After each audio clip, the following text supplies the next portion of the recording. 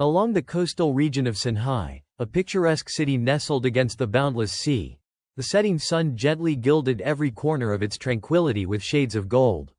Inside a warm, cozy little room, a young mother lovingly cradled her infant to her breast, whispering with a tone half teasing, half jealous. "You eat your fill and then just fall right back asleep.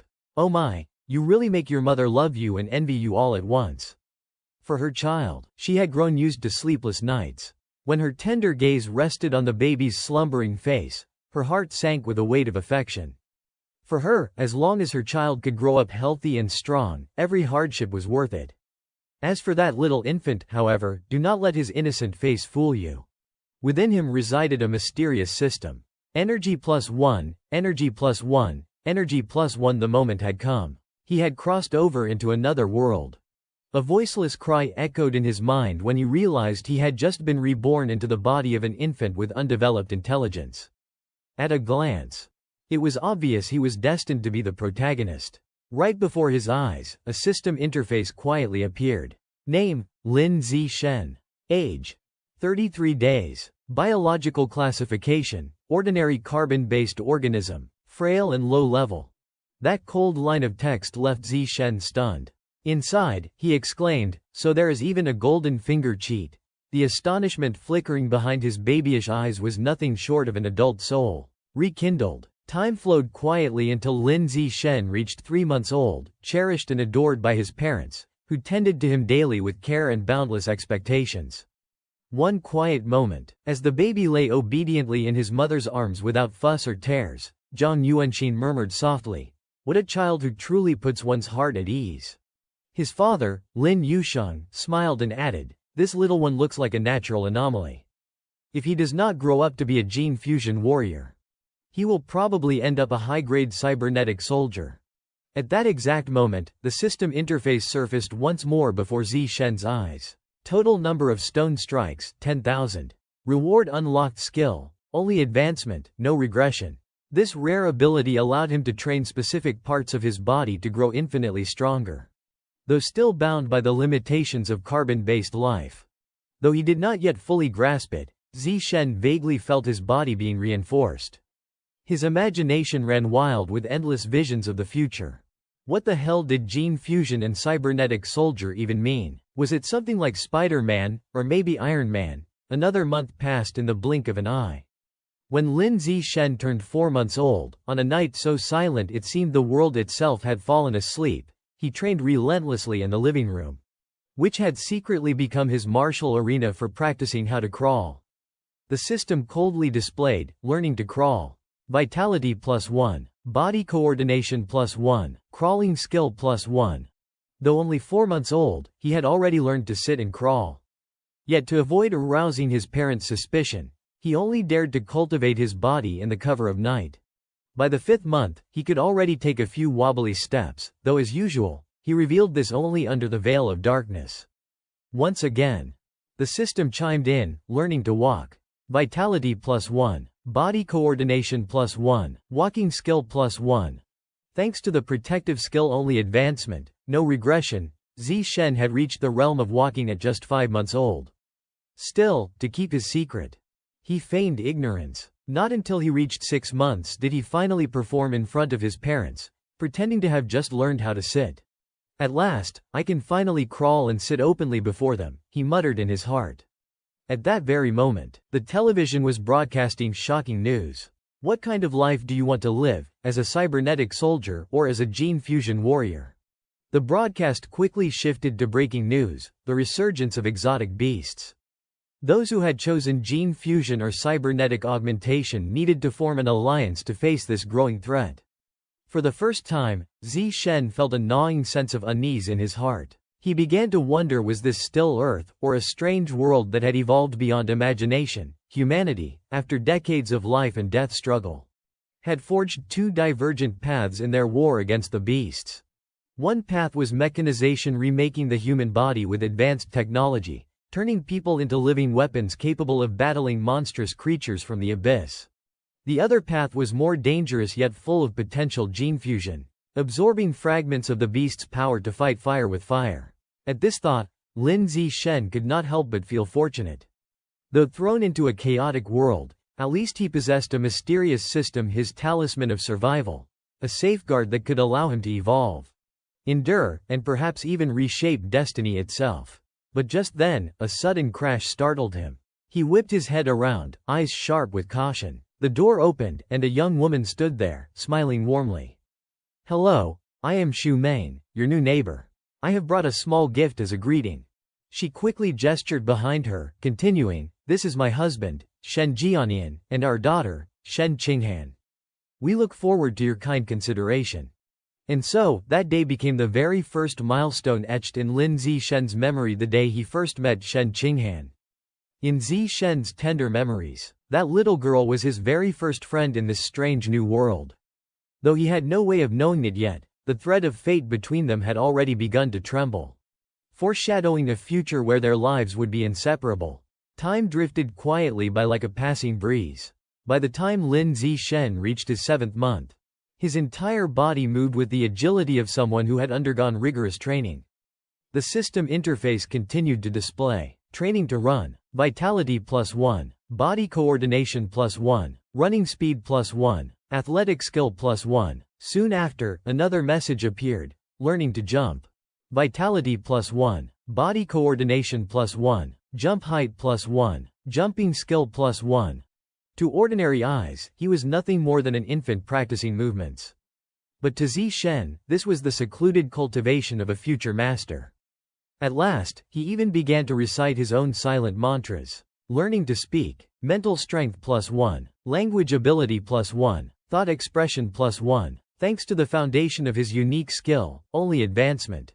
No regression. He had already mastered the 3 basic skills of humanity: running, jumping, and speaking. In just 7 short months, he stepped into his 8th month and raised his training to the next level. Sit-ups, vitality +1, sit-up proficiency +1, abdominal strength +1. Not only could he perform sit-ups, but he also had enough strength for push-ups. Yet, as always, he only dared to reveal these feats when his parents were not around. But that day, in a rare slip, disaster struck his cultivation.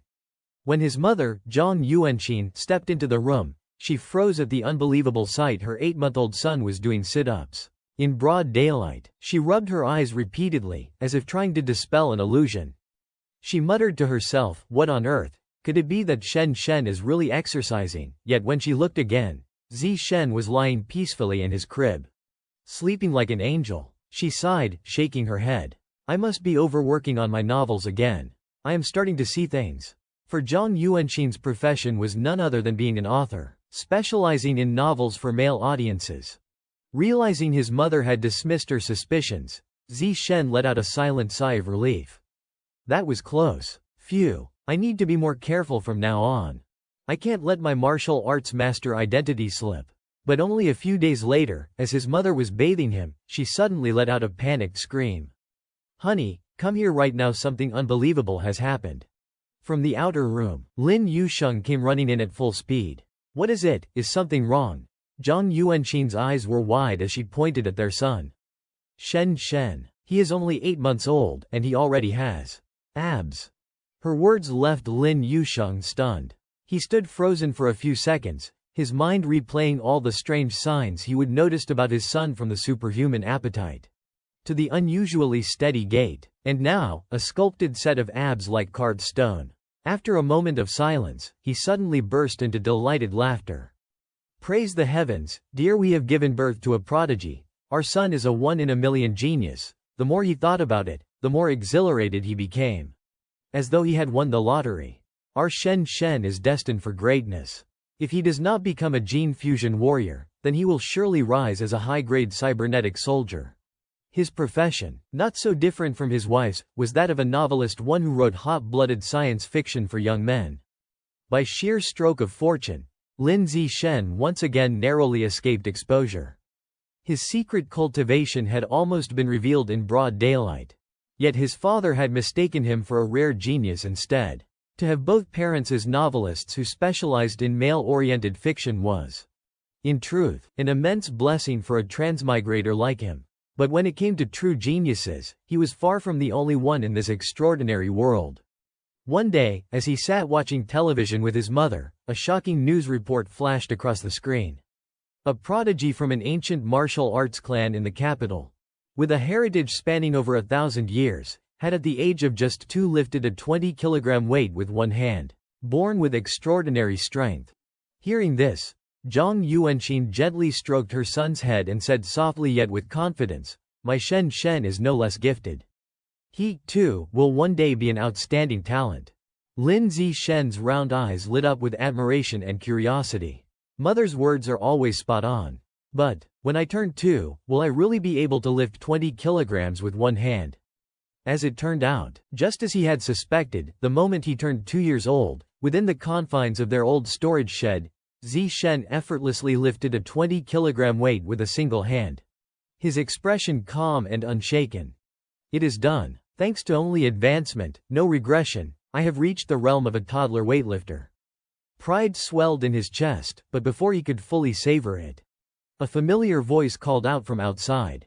"Shen Shen, where are you? Han Han's come to play. Hurry and come say hello to your friend." Knowing he could not avoid it, Zishen brushed off his clothes, cleaned up his training grounds, and stepped out of the shed with a composed expression, as though he had not just been pushing weights like a miniature strongman. The wooden door creaked as Zishen slowly pushed it open, but the sight that greeted him made his pupils blaze like stars at noon. The scene before him was so dazzling it nearly stole his breath. Standing right at the doorway was Shen Qinghan, little Han Han herself, an adorable 2-year-old dressed in an exquisite princess dress, clutching a custard bun tightly in her arms, mumbling in her childish lisp, "Another custard bun." Zishen answered gently, "Thank you. Go ahead and eat it." They were the same age, yet Han Han still spoke with a soft, garbled lilt, like a kitten learning to mimic human words. Because the difference in intellect between them was too vast, their conversations never truly met on the same wavelength. After eating, Han Han would usually tumble into a nap, while Zishen seized the chance to train his body. In Zishen's eyes, however, Han Han was not just a friend, she was also a living dumbbell, perfectly suited for endurance practice. But just as this thought crossed his mind, his whole body suddenly stiffened. A strange instinct prickled his nerves. Something was wrong with this weight. Sure enough, as if fate itself were conspiring, Han Han, sound asleep, accidentally released her fire hydrant, soaking the wooden floor of the shed. Zishen shouted immediately, "Mom, Han Han peed again." This was the fatal weakness of using a living dumbbell, hardly sustainable in the long term. Yet nothing could hinder the march of Zishen's evolution. By the time he turned 3, he was already lifting 40 kilograms with ease, even hefting 30 kilograms with a single hand as though it were nothing. A living legend was quietly taking shape, step by step trampling the limits of humanity. On the television, another breaking news segment stirred up a storm of public fascination. A 4.5-year-old prodigy in the capital had managed to lift 30 kilograms one-handed. Zishen watched in silence, the corner of his mouth curving upward as a thought echoed in his mind, "TCH. If we are talking pure strength, I have already surpassed that so-called prodigy." Right then, the system's interface flickered before his eyes. Name, Lin Zishen. Age, 3. Biological rank, basic first band. Special attribute, only advancement, no regression. Zishen stared thoughtfully, his eyes glimmering with curiosity. "So I am still just at the first band of basic rank. Then what exactly is the second band? Could it be the threshold that breaks past the limits of humanity?" With that lingering doubt gnawing at his mind, Zishen resolved to step outside for the very first time and explore the world beyond. Before him appeared figures of half-human, half-machine, the very gene-modified cyborgs he had only read about. And his first destination was not a playground or amusement hall, but the library, the treasury of human knowledge. His parents' strict rule forbade him from overusing electronic devices. So he knew the only place that could truly answer the burning questions in his heart was the library. When Zhang Yuanqing saw her son dart straight into the adult section, she could not help blurting out in surprise, "Shen Shen, the children's reading area is over here. Where are you going?" Meanwhile, Shen Qinghan, ever the loyal companion, chirped behind him, "Shen Shen, wait for me." But while other children his age were still engrossed in picture books and fairy tales, Zishen's hands were already flipping eagerly through a bestiary encyclopedia, his eyes blazing with fire. A neighbor, Father Jin, happened to see this and gave a faint smile of admiration. Looks like your little scholar has awakened at last. Meanwhile, Han Han, as innocent as ever, held out a few cookies and said, Shen Shen. I have got snacks, want some, but he only shook his head gently. Thank you, but I want to read. You go ahead. Through the heavy pages, Lin Zishen began piecing together a completely new worldview. In an ancient ruin, a stone stele recorded the truth. This world was divided into 6 biological levels: basic, advanced, rare, epic, legendary, and mythic. Each level contained 9 stages. Ordinary humans like himself were nothing more than the first step of the lowest level. Before beings of higher ranks, humanity was like ants trembling in the corner of a wall, fragile and easily crushed. Zishen whispered under his breath, if I want to survive in this perilous world, I must accelerate my growth, surpass even the chains of fate itself. At that very moment, the system's solemn voice rang out once again. You are reading. Mental strength +1. Reading comprehension +1. Knowledge +1. Reading achievement. 10,086 words out of 100 million. Milestone unlocked. Special biological attribute, heavenly insight. The system, as though understanding his heart, immediately issued a new directive. From this day forward, he could cultivate both in body and mind, training the martial path and the scholarly path as one. At the age of 4, Tu then kept up his relentless routine, lifting weights with one hand while flipping through the encyclopedia of exotic beasts with the other. His stats continued to update. You are reading. Spirit +1. Reading comprehension +1. Knowledge +1. Accumulated reading achievement, 439,600 words out of 100 million. Day after day, his life was an unbroken rhythm of sweat, knowledge, and unshakable willpower. The moment he officially turned 4, he stepped into the world of kindergarten, hand in hand with his homeroom teacher Miss Strawberry, whose voice was as sweet as her name, gentle as a spring breeze. The instant he crossed the school gate, it was as if he shed his skin and became a miniature warrior. Within moments, his biological level surged to 2nd grade of the common tier. With his extraordinary strength, he could casually hoist an 80-kilogram weight with one hand, leap 1.2 meters straight into the air, and sprint 100 meters in just 11 seconds. The system screen appeared cold and absolute. Lam 2 than. Age 4. Vitality ranking, common tier grade 2. Trait, progression only, no retreat. Even grown adults would have gaped at such numbers. That old saying echoed once more: great power comes with heavy responsibility. In that tiny classroom, a frail figure was weathering a storm. Tham Ton Ham, now 4 years old, often found herself in embarrassing situations, suffering accidents she could not control. Her peers teased her relentlessly, branding her with a cruel nickname, the Potty Queen. Witnessing such injustice, how could Lam 2 then simply stand by? Without a word, he bolted forward like a little arrow, planting himself between Ham Ham and the unruly mob. His roar exploded like thunder, rattling the classroom walls. Shut up, all of you, his words cracked like a whip. If anyone dares call her the Potty Queen again, I will make sure you wear that title for life. His sharp gaze swept across the children, his tone laced with killing intent. Do I make myself clear? The children burst into tears, terrified. Only Ham Ham stood frozen, her crystal eyes wide, torn between fear and awe. She whimpered softly, voice trembling, Hoo. Daddy, I am scared. Mommy, I do not want to stay here anymore. I want to go home. At that exact moment, the system's voice rang out like a decree from the heavens. You have displayed dominance so overwhelming it has shaken the entire class. Congratulations, you have earned the title, Kindergarten King. First step achieved toward commanding the 9 years of compulsory education. Though the titles elementary school boss and junior high tyrant were still locked away, the system immediately assigned him new missions. Apparently, it now allowed multiple quests to be processed at once, a piece of news as sweet as hitting the jackpot on New Year's Day. Within half a year, Lam 2 then completed the colossal reading quest, unlocking the legendary trait, Heavenly Insight. From that moment, his intellect soared beyond the limits of humanity. He could glance at a page and commit it to memory, study once and engrave knowledge into his very soul. It was the pinnacle of genius, what scholars could only dream of. After consuming 100 million words, the task was complete. With heavenly insight in hand, he ascended to a realm scholars called the reborn prodigy. Time flowed swiftly. By the time he neared his 7th birthday, his kindergarten graduation was celebrated with pomp and pride, closing a glorious chapter of his early life. While other children busied themselves folding paper cranes, Lam Tu then spent his pre-elementary vacation breaking past physical barriers. He could now lift 200 kilograms with one hand, a feat so shocking that gyms had to put up signs banning children under 18 with the sole exception of him. His vertical leap reached an astounding 2 meters, a number that left even professional athletes dumbstruck. His sprint speed blazed past human limits, less than 8 seconds for 100 meters, too fast for even the wind to keep up.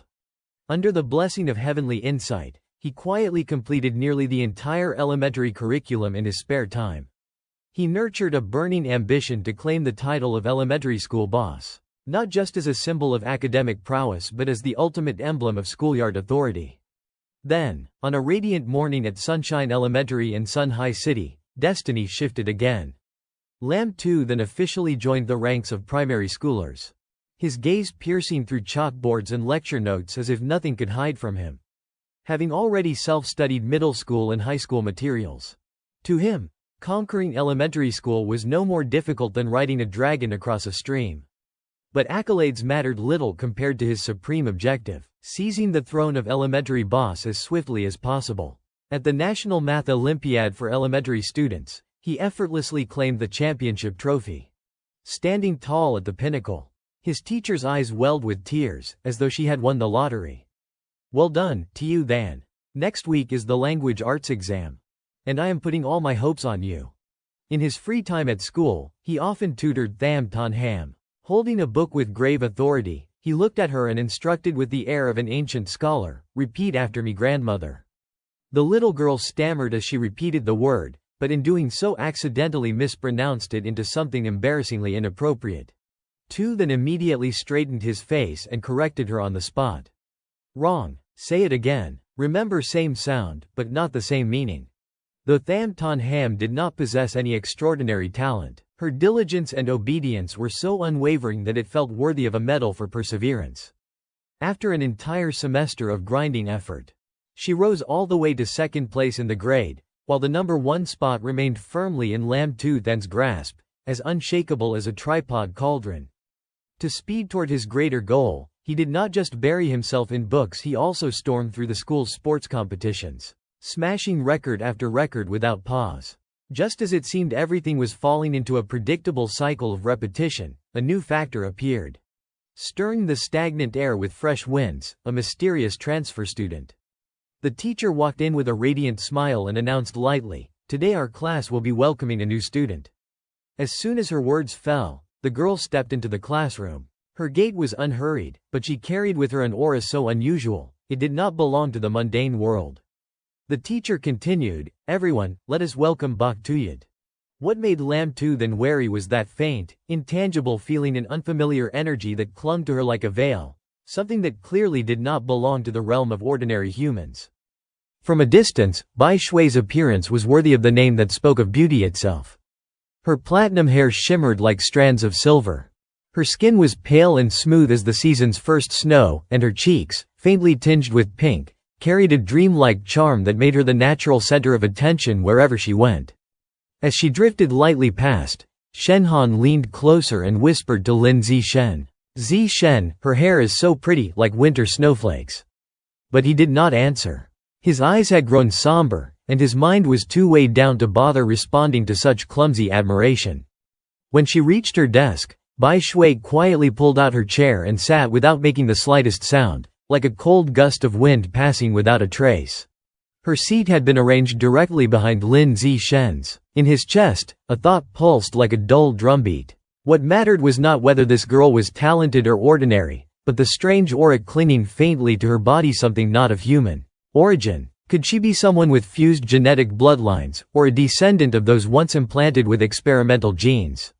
Time passed unnoticed, like a misty drizzle falling endlessly. In the early days, Bai Shui barely interacted with anyone. After class she would rest her head on her desk, unmoving as if carved from stone. She almost never left her seat, and even trips to the restroom could be counted on one hand. At first, her silence provoked curiosity, but when curiosity faded, so did the stares. The classroom settled back into its usual stillness, as though she were not even there. Until, more than a month later, a stone finally struck the calm surface. From Bai Shui's body began to seep a strange white fluid, causing a ripple of chaos through the room. No one knew what it was, only that it released a foreign, unpleasant odor that made classmates wrinkle their noses and cover their faces. The liquid spread until it soaked through her outer clothes, leaving her body looking drenched. And yet, Bai Shui's face showed not a trace of embarrassment. It was as if this were nothing unusual at all. The other students edged away, muttering among themselves, "What is that stuff? Looks nasty. Maybe she is just dirty or something." One boy, either unable to hold his tongue or just itching for cruelty, grabbed a bottle of water and dumped it over Bai Shui's head with a mocking sneer. "I am just being nice. Let me help wash you clean and healthy." The jeer cut into Bai Shui like a blade. She trembled violently, her fists clenching so tight the veins stood out, her body unable to contain the rising tide of fury. Her soft silver hair, now soaked, clung to her delicate, painted doll face. Her teeth ground together until blood welled on her lip. For a moment it seemed she would explode like thunder under a clear sky, but instead, tears spilled from her eyes. Not tears of weakness, but of rage long repressed. Hot trails of anguish cutting down her cheeks. Even as she cried, the cruel students felt no pity. They only laughed louder, their jeers echoing harshly. Shen Han, unable to bear it, leaned in and whispered again to Lin Zishen. "Zishen, she is so pitiful. Should not we help her?" But inside Lin Zishen, conflicting thoughts surged. What is happening? Haven't I always sensed danger from her? So why is she crying? Is it real? Unable to sit still any longer, he finally rose and stepped forward. He thought, whatever Bai Shui truly is, right now she is just a fragile girl being trampled by the world. With that, he seized the collar of the boy who had dumped the water, his voice ringing like a bronze bell. "Quan Shen." Lin Zishen's expression darkened, his gaze sharp as a blade cutting wind. His voice dropped to a command. "Wipe Bai Shui's desk clean. Now." Overwhelmed by the crushing force of his presence, Quan Shen's face turned ashen. Sweat poured down like summer rain as he stammered, "And no problem. I will clean it right away." He snatched up tissues, hunching down to scrub Bai Shui's desk as quickly as he could, while inside his mind screamed, "Damn it. Lin Zishen really is unmatched in both brains and brawn. He rules this school. Even the 6th graders give him a wide berth. Best just do as he says, or risk disaster." Lin Zishen did not stop there. Standing tall, he pointed directly at Guan Shen, his voice echoing across the classroom. "Everyone who ever bullied Bai Shui, step forward and apologize to her right now." Not a single student dared to protest. Faces twisted with guilt, they shuffled into line, heads bowed. One by one, they muttered their apologies. "Bai Shui, we are sorry. Please forgive us. We won't ever do it again." Hearing their chorus of apologies, Bai Shui did not want to drag things out further. She gave a soft nod, her eyes glistening but her lips curved into a smile. "Lin Zishen, Shen Han. Thank you, both of you." Shen Han returned her smile, her demeanor as gentle as ever. She draped a handkerchief over Bai Shui's shoulders and spoke kindly, "Don't mention it. We are classmates, helping each other in tough times is the least we can do." From that day on, Shen Han began reaching out to the silver-haired girl, even pulling Lin Zishen along with her. Whenever she had something tasty, she would offer it to Bai Shui first. The three of them grew closer, chatting and laughing together like lifelong friends. In the middle of one such moment, Bai Shui suddenly paused, her voice hesitant. "Right. She cast a fleeting, uneasy glance at both of them before asking softly, "Don't you two find me unpleasant to be around? Like I smell?" Her head dropped lower, her voice barely more than a whisper. Sorry, it is not that I do not trust you. It is just, I have been shunned for as long as I can remember. Anyone who got close to me would eventually leave. So having friends like this, it feels like a dream." Before Bai Shui could say more, Shen Han cut in without hesitation. "No, this is not a dream." Her smile warmed like sunlight, sincerity shining in her eyes. I have been through something similar myself. That is why I will never hate you. And as long as you are willing. She extended her hand toward Bai Shui, as if sealing an unspoken promise. We will always be good friends. The words broke through Bai Shui's defenses. She threw her arms around Shen Han, clinging to her as tears fell like rain after a drought. For the first time, she felt the embrace of someone who truly accepted her. Thank you both. Really, thank you, she sobbed. But then she froze, as if a sudden thought struck her. Lifting her head with wide eyes, she gasped, "Oh, right." With delicate fingers, she unclasped the necklace she always wore. Her voice, soft yet full of gratitude, trembled slightly. Han, Zi Shen. You two always share food with me, and you have never hesitated to be my friends. I want to give you something in return. Resting in her palm was a necklace with a pendant shaped like twin beast fangs, a birthday gift from her mother just a year ago. She held it out to them with reverence.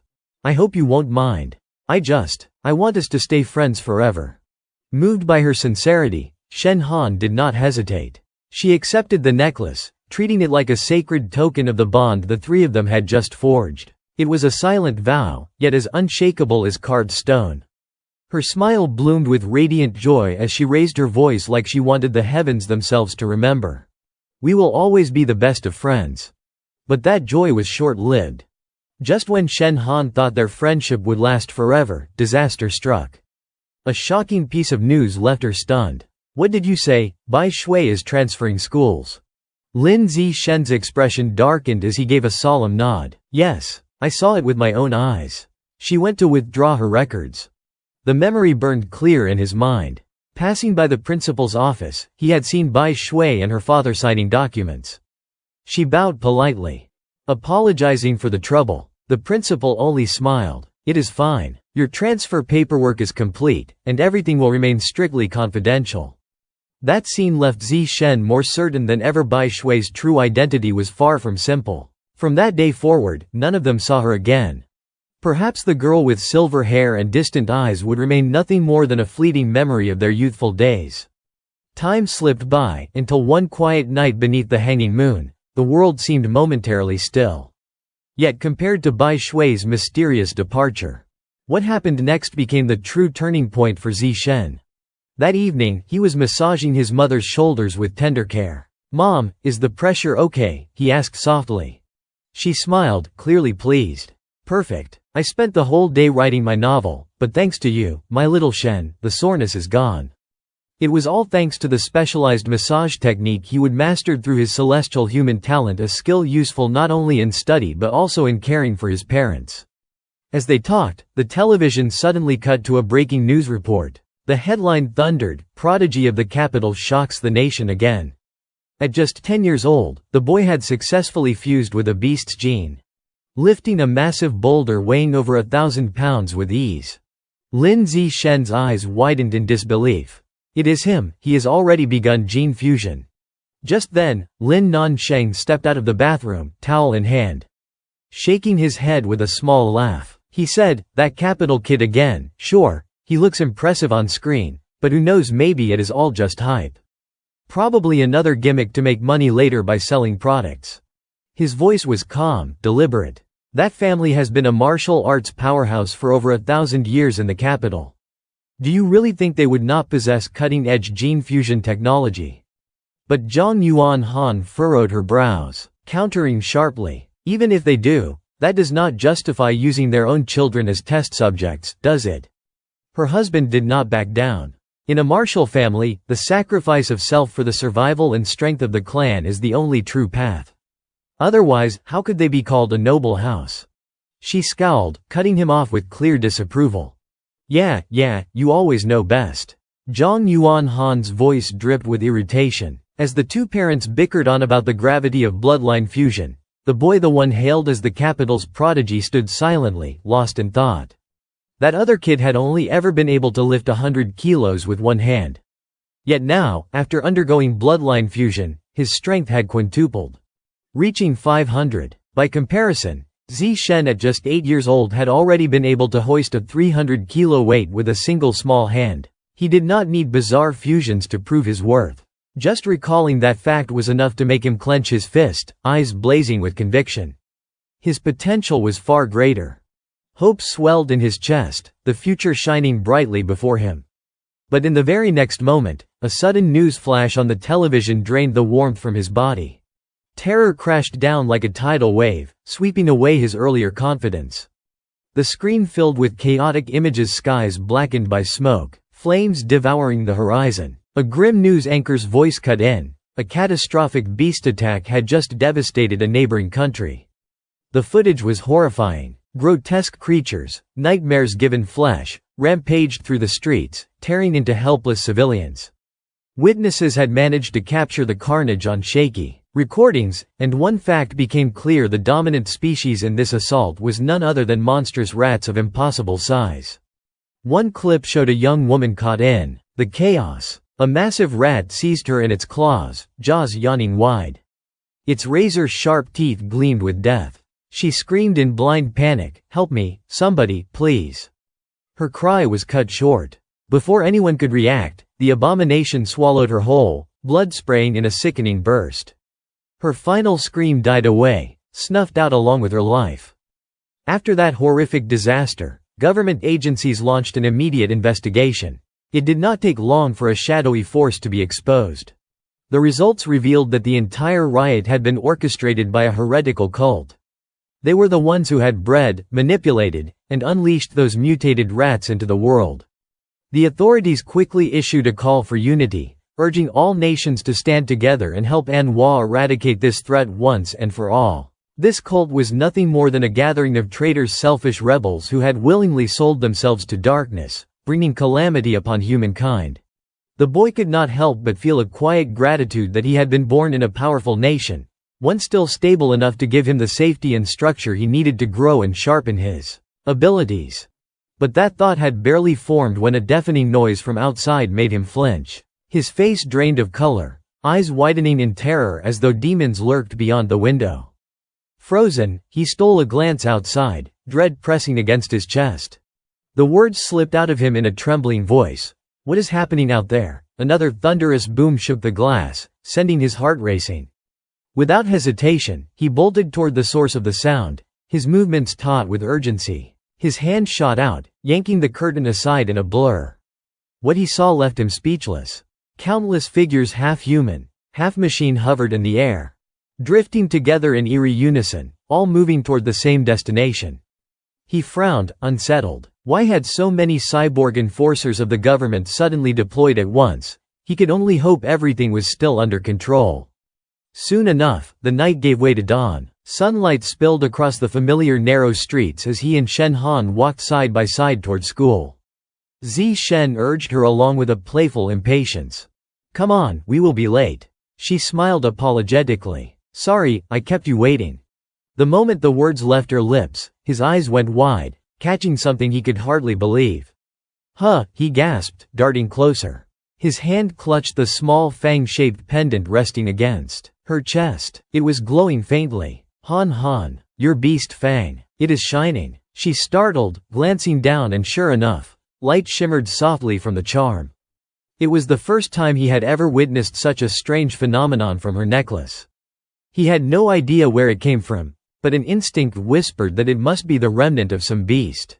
No wonder Bai Shui's aura had always felt so unnatural.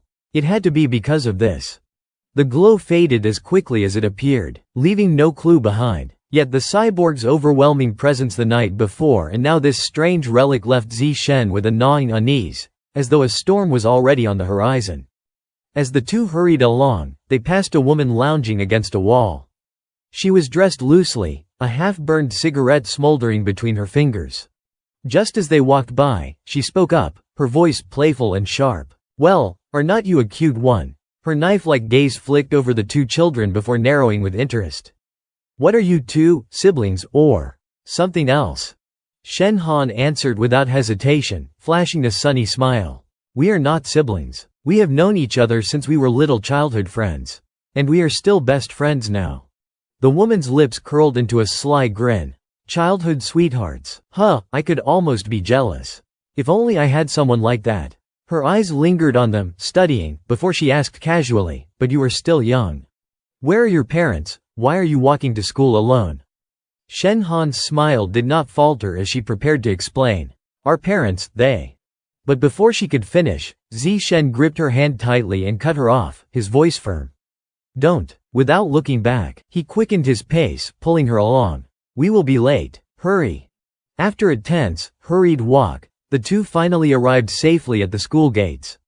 He turned to her with a serious look and warned, from now on, if you run into strangers, do not ever answer carelessly. Got it? She nodded obediently. I will remember. Just like that, another school day slipped by like the wind. When the dismissal bell rang, the sun was already sliding off its peak, painting the world with the soft golden glow of dusk. On their way home, the two of them once again passed through a narrow, deserted alley where not a single soul could be seen. Tan Ham shivered slightly, speaking in a timid voice, Xiao Shen, do not you think it is too quiet here? Her eyes darted nervously, her voice trailing into a whisper, a chill creeping into her heart. Zi Shen answered calmly, this area is set to be demolished next week. All the residents have already moved out, that is why it feels so empty. But before she could breathe a sigh of relief, a familiar voice suddenly echoed through the alley. Hey kids, school's out already, huh? The figure that stepped out was none other than the woman they had seen that morning. She immediately spoke into a walkie-talkie. Big bro, stop looking. The two of them are right here with me. In that instant, a chill of pure alarm shot through Zi Shen's spine. He moved in front of Tan Ham protectively, his gaze cold as it swept over the woman. Inside, he muttered to himself, so it really is her. I even took a different route this morning to avoid her. And yet she still managed to track us down. The woman's eyes glinted with something dark, her voice syrupy sweet. Little one, my house has lots of good food. Why do not you come over and play? But a raspy voice from behind cut her short. Enough with the crap. Grab them and let us go. A burly man stepped forward, pulling out a white cloth soaked in chloroform, lunging straight for the children. His intent was obvious: knock them out and haul them away before anyone noticed. Charging with a crooked grin, he muttered something vile. I need cash, and you brats will do just fine. But Zi Shen had no intention of letting him succeed. His small fist clenched. His body lowered in a burst of explosive motion. In the blink of an eye, he twisted back and unleashed a punch that tore through the air, slamming directly into the kidnapper's chest. The blow landed with devastating force. The man gagged, blood spraying from his mouth, and his hulking frame was launched backward like a rag doll, smashing into the wall with a bone-rattling crash. The woman froze, her face plastered with utter disbelief. Inside, her thoughts screamed, impossible. How could an elementary school kid fling a grown man like that? But before she could process it, Zi Shen's figure blurred, appearing right before her eyes. His fist came down like a hammer from the heavens. The punch twisted her face grotesquely, sending her body flying backward like a broken doll, her mouth bent at an unnatural angle, unrecognizable in an instant. Still not stopping, Zi Shen's eyes dropped to the ground. He crouched and picked up a loose brick lying nearby. His gaze hardened into a killing intent as he stepped toward the two collapsed bodies. The alley was completely deserted. No cameras, no witnesses. It was the perfect chance to erase evidence if he needed to. Though he did not truly want to take it that far, letting them live meant the risk of exposure his abilities revealed. His survival plan shattered, and his dreams of becoming stronger gone in an instant. But before he could act, the ground trembled violently. A deep rumble shook the narrow alley like an earthquake. His heart skipped a beat as he looked up in shock. What the hell, an earthquake now? From a crumbling wall ahead, a grotesque giant hand clawed its way out, long talons scraping into brick and stone with a chilling screech. And then it emerged, a massive, mutated rat, hideous and towering. Zi Shen gasped. A giant mutant rat. The beast immediately lunged toward the unconscious woman sprawled on the ground. Its maw opened wide and in a flash half her body was gone, swallowed whole, blood spraying in a crimson storm. She did not even have time to realize death had come. Without pause, the monster turned and snatched up the man lying nearby, lifting him high into the air like a doll. Seizing the chance, Zi Shen darted to Tan Ham, who stood frozen in horror. This is bad, he shouted. She stammered, Xiao Shen, what is that thing? Scooping her up in his arms. He barked, a giant mutant rat. Without hesitation, He bolted from the alley at full speed, his breath ragged. We have to get somewhere safe now. As they fled, a strange beam of light split the sky. A young woman clad in mechanized armor descended from above, flying straight toward the rampaging beast.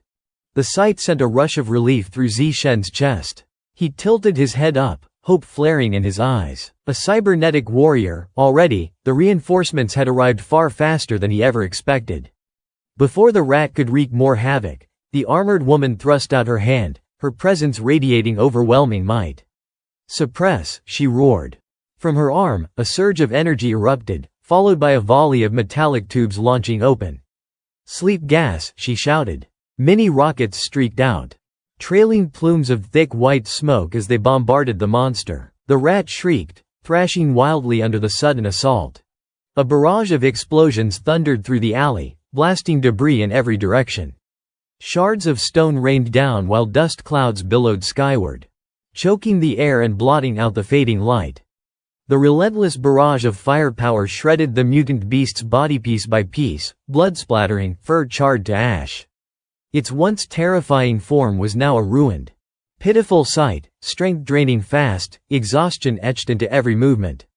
Without hesitation, the cybernetic girl unleashed her finishing blow, one swift, razor-sharp strike that carved across the rat's belly, ending the battle in a single bloody instant.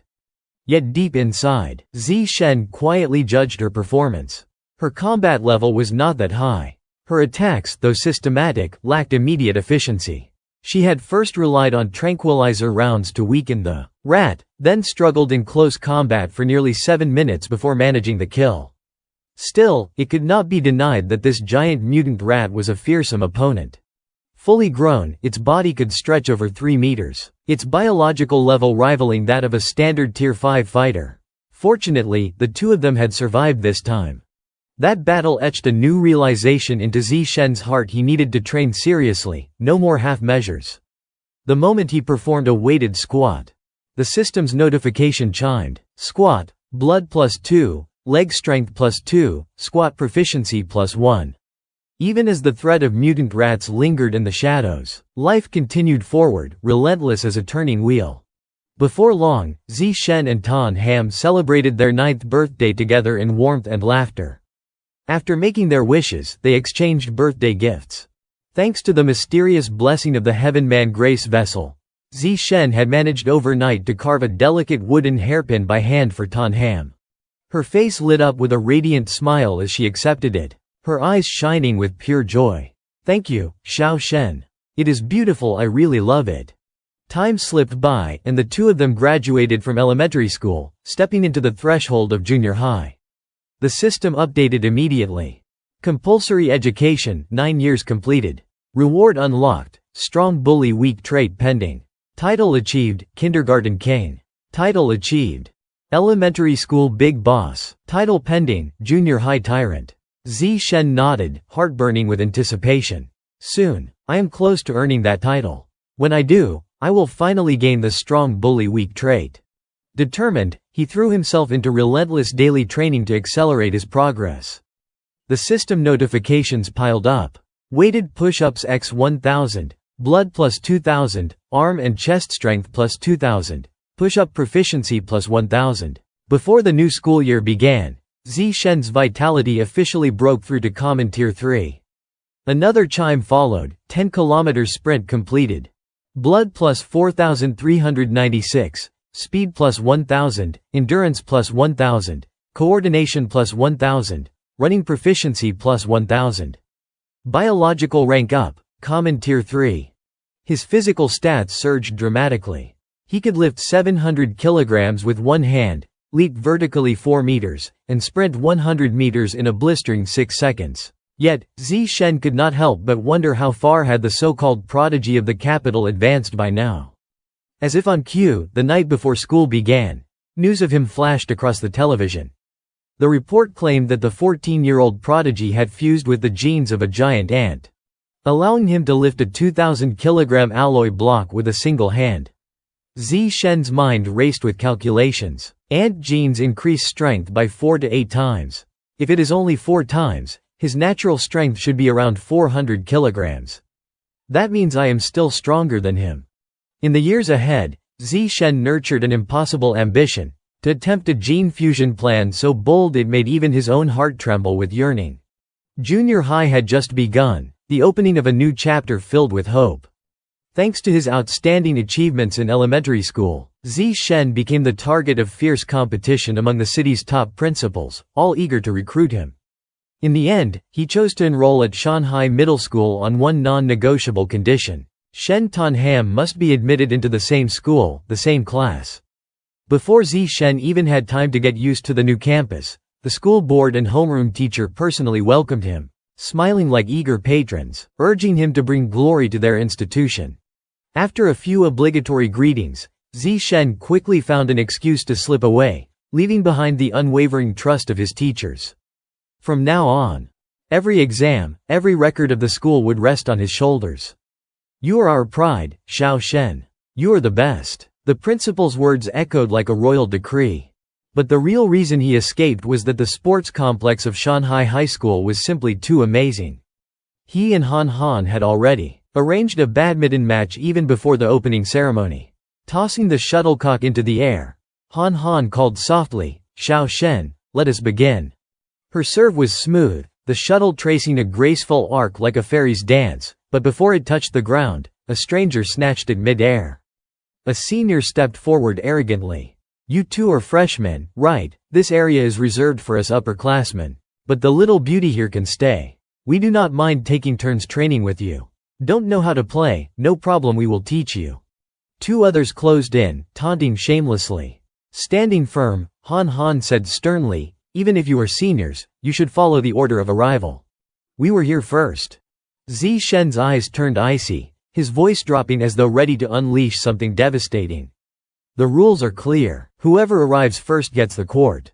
I won't repeat myself." Yi, the ringleader, smirked with contempt. "Rules, even if the King of Heaven himself came first. Today I am the one who decides." Shen calmly picked up the shuttlecock, his gaze never leaving his opponent. "Listen carefully. From this moment on, the rules are mine." With that, he leapt high, tossing the shuttle into the air. His racket struck down with a thunderous smash, his voice cold and absolute, "And those rules are the law." The shuttle shot like lightning, tearing through the air before anyone could react. Crack! Yi's racket snapped clean in two. All three bullies froze, eyes wide with disbelief. What the hell was that? No way a human can move that fast. Is he some kind of genetic hybrid? Impossible, he is too young to be that strong. If they had not seen it themselves, they would never believe it. Their bravado collapsed instantly. The so-called boss trembled like a firecracker about to explode, unable to maintain his swagger. They bowed and stammered out apologies before bolting. Sorry, we get it now, we are leaving. You two enjoy your game." Word of the incident spread quickly through the school. From that day forward, no one dared mess with them again. Shanghai High was massive and modern compared to elementary school, but otherwise, it was just another stage.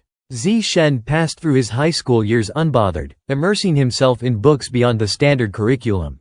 Chasing whatever caught his interest more than the classroom lessons. At night, after finishing his physical training, he quietly explored countless new skills through the internet. Under the mysterious guidance of something called the Celestial Insight Gift, he mastered everything from cooking, photography, driving, swimming, wilderness survival, to nearly every sport imaginable. To earn the title of high school tyrant prince, Shen did not just dominate every academic subject. He also represented his school in a string of national competitions. Math, physics, chemistry, computer science. His neck was weighed down with gold, silver, and bronze medals. Yet, careful not to appear arrogant, he never claimed first place in every single contest. The semester passed quickly, the elusive title still out of reach. But his dazzling achievements won him admiration from countless classmates. Though he never cared for their gazes of awe. Outside of tutoring Han Han, all his focus shifted to the upcoming school-wide sports festival. If I can dominate this event, will the title finally awaken? He wondered. After some thought, he signed up for just 3 events: shot put, high jump, and sprinting. They represented strength, explosive power, and speed, the 3 pillars of a true champion. If he could win all 3, he would practically hold the school's athletic glory in his hand. And when he did, despite deliberately holding back to avoid standing out too much. To him, taking first place in all three was as effortless as parting water with his hands. At that very moment, he felt a strange power surge from deep within. A notification rang out. System update, High School Tyrant Prince. Your academic and athletic performance has shaken the entire school, surpassing all others. The title of High School Tyrant Prince has been activated. You now possess 3 titles: Kindergarten King, Elementary Overlord, and High School Tyrant Prince. Having conquered all 9 years of compulsory education, you have unlocked the biological trait the strong devour the weak. The final title has now been revealed. Power over the weak is the birthright of your primeval life force. Only by devouring another's primal life can your own evolutionary progress be accelerated. Lin Zishen frowned, muttering with suspicion. What exactly is a primeval life anyway? Footsteps sounded behind him and Shen Han came racing up. Breathless. Xiao Shen, wait for me. He snapped back to attention and said, oh right. Then he turned and asked seriously, Han, can I borrow your fang pendant for a moment? She did not hesitate. She dug in her pocket and handed it to him. The instant Lin Zishen touched the beast fang charm, electricity seemed to run through his whole body. The shock nearly lifted him off his feet. The system chimed, you have absorbed a portion of the primeval life essence of the giant butterfly beast. Shen Yuan. Progress, 1%. If you reach 100%, you can evolve certain skills or attributes accordingly. He gaped. What the hell, that is a fang from a butterfly beast, he muttered to himself, planning to look it up online. But after typing keywords and scrolling through countless sites, the result was no trace at all of a creature called the giant butterfly Shen Yuan. He was stunned. No one had ever recorded it. If he wanted to learn about this beast, he would have to do it himself. He rummaged in his backpack and found the other fang, the very one Bai Shui had mysteriously given him long ago. He tightened his grip and concentrated, absorbing the essence held within. The system announced, you have ingested another sliver of Shen Yuan's primeval life, progress 2%. He exhaled, disappointed. Only 2%, it seemed the amount of primeval essence left in the dead beast's fang was tiny. To fully unlock it he would have to find another method. The next day after class he switched things up. To build endurance he rode his bike to school and back, and started giving Shen Han rides too. If a giant mutant rat showed up again, at least he could haul Han to safety fast. Suddenly a man's voice called behind them. Student Zi Shen, a middle-aged man, approached with an air of authority. I am Coach Guo, head of the school's martial team. Your performance at the sports meet was the best in our school's history. I want to invite you to join the team. Your athletic gift even surpasses your academics. You can think it over, but I hope you will say yes. Lin Zishen hardly got a word in. Coach Guo's pitch came at the speed of a rapid-fire physics lecture. Before he could refuse, the invitation was sealed. If you have time tomorrow, drop by the gym. The team's HQ is in the equipment room under the arena. I will be waiting.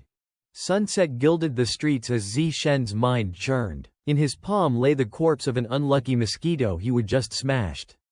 But no matter how many insects he crushed, the strong over weak trait still had not triggered.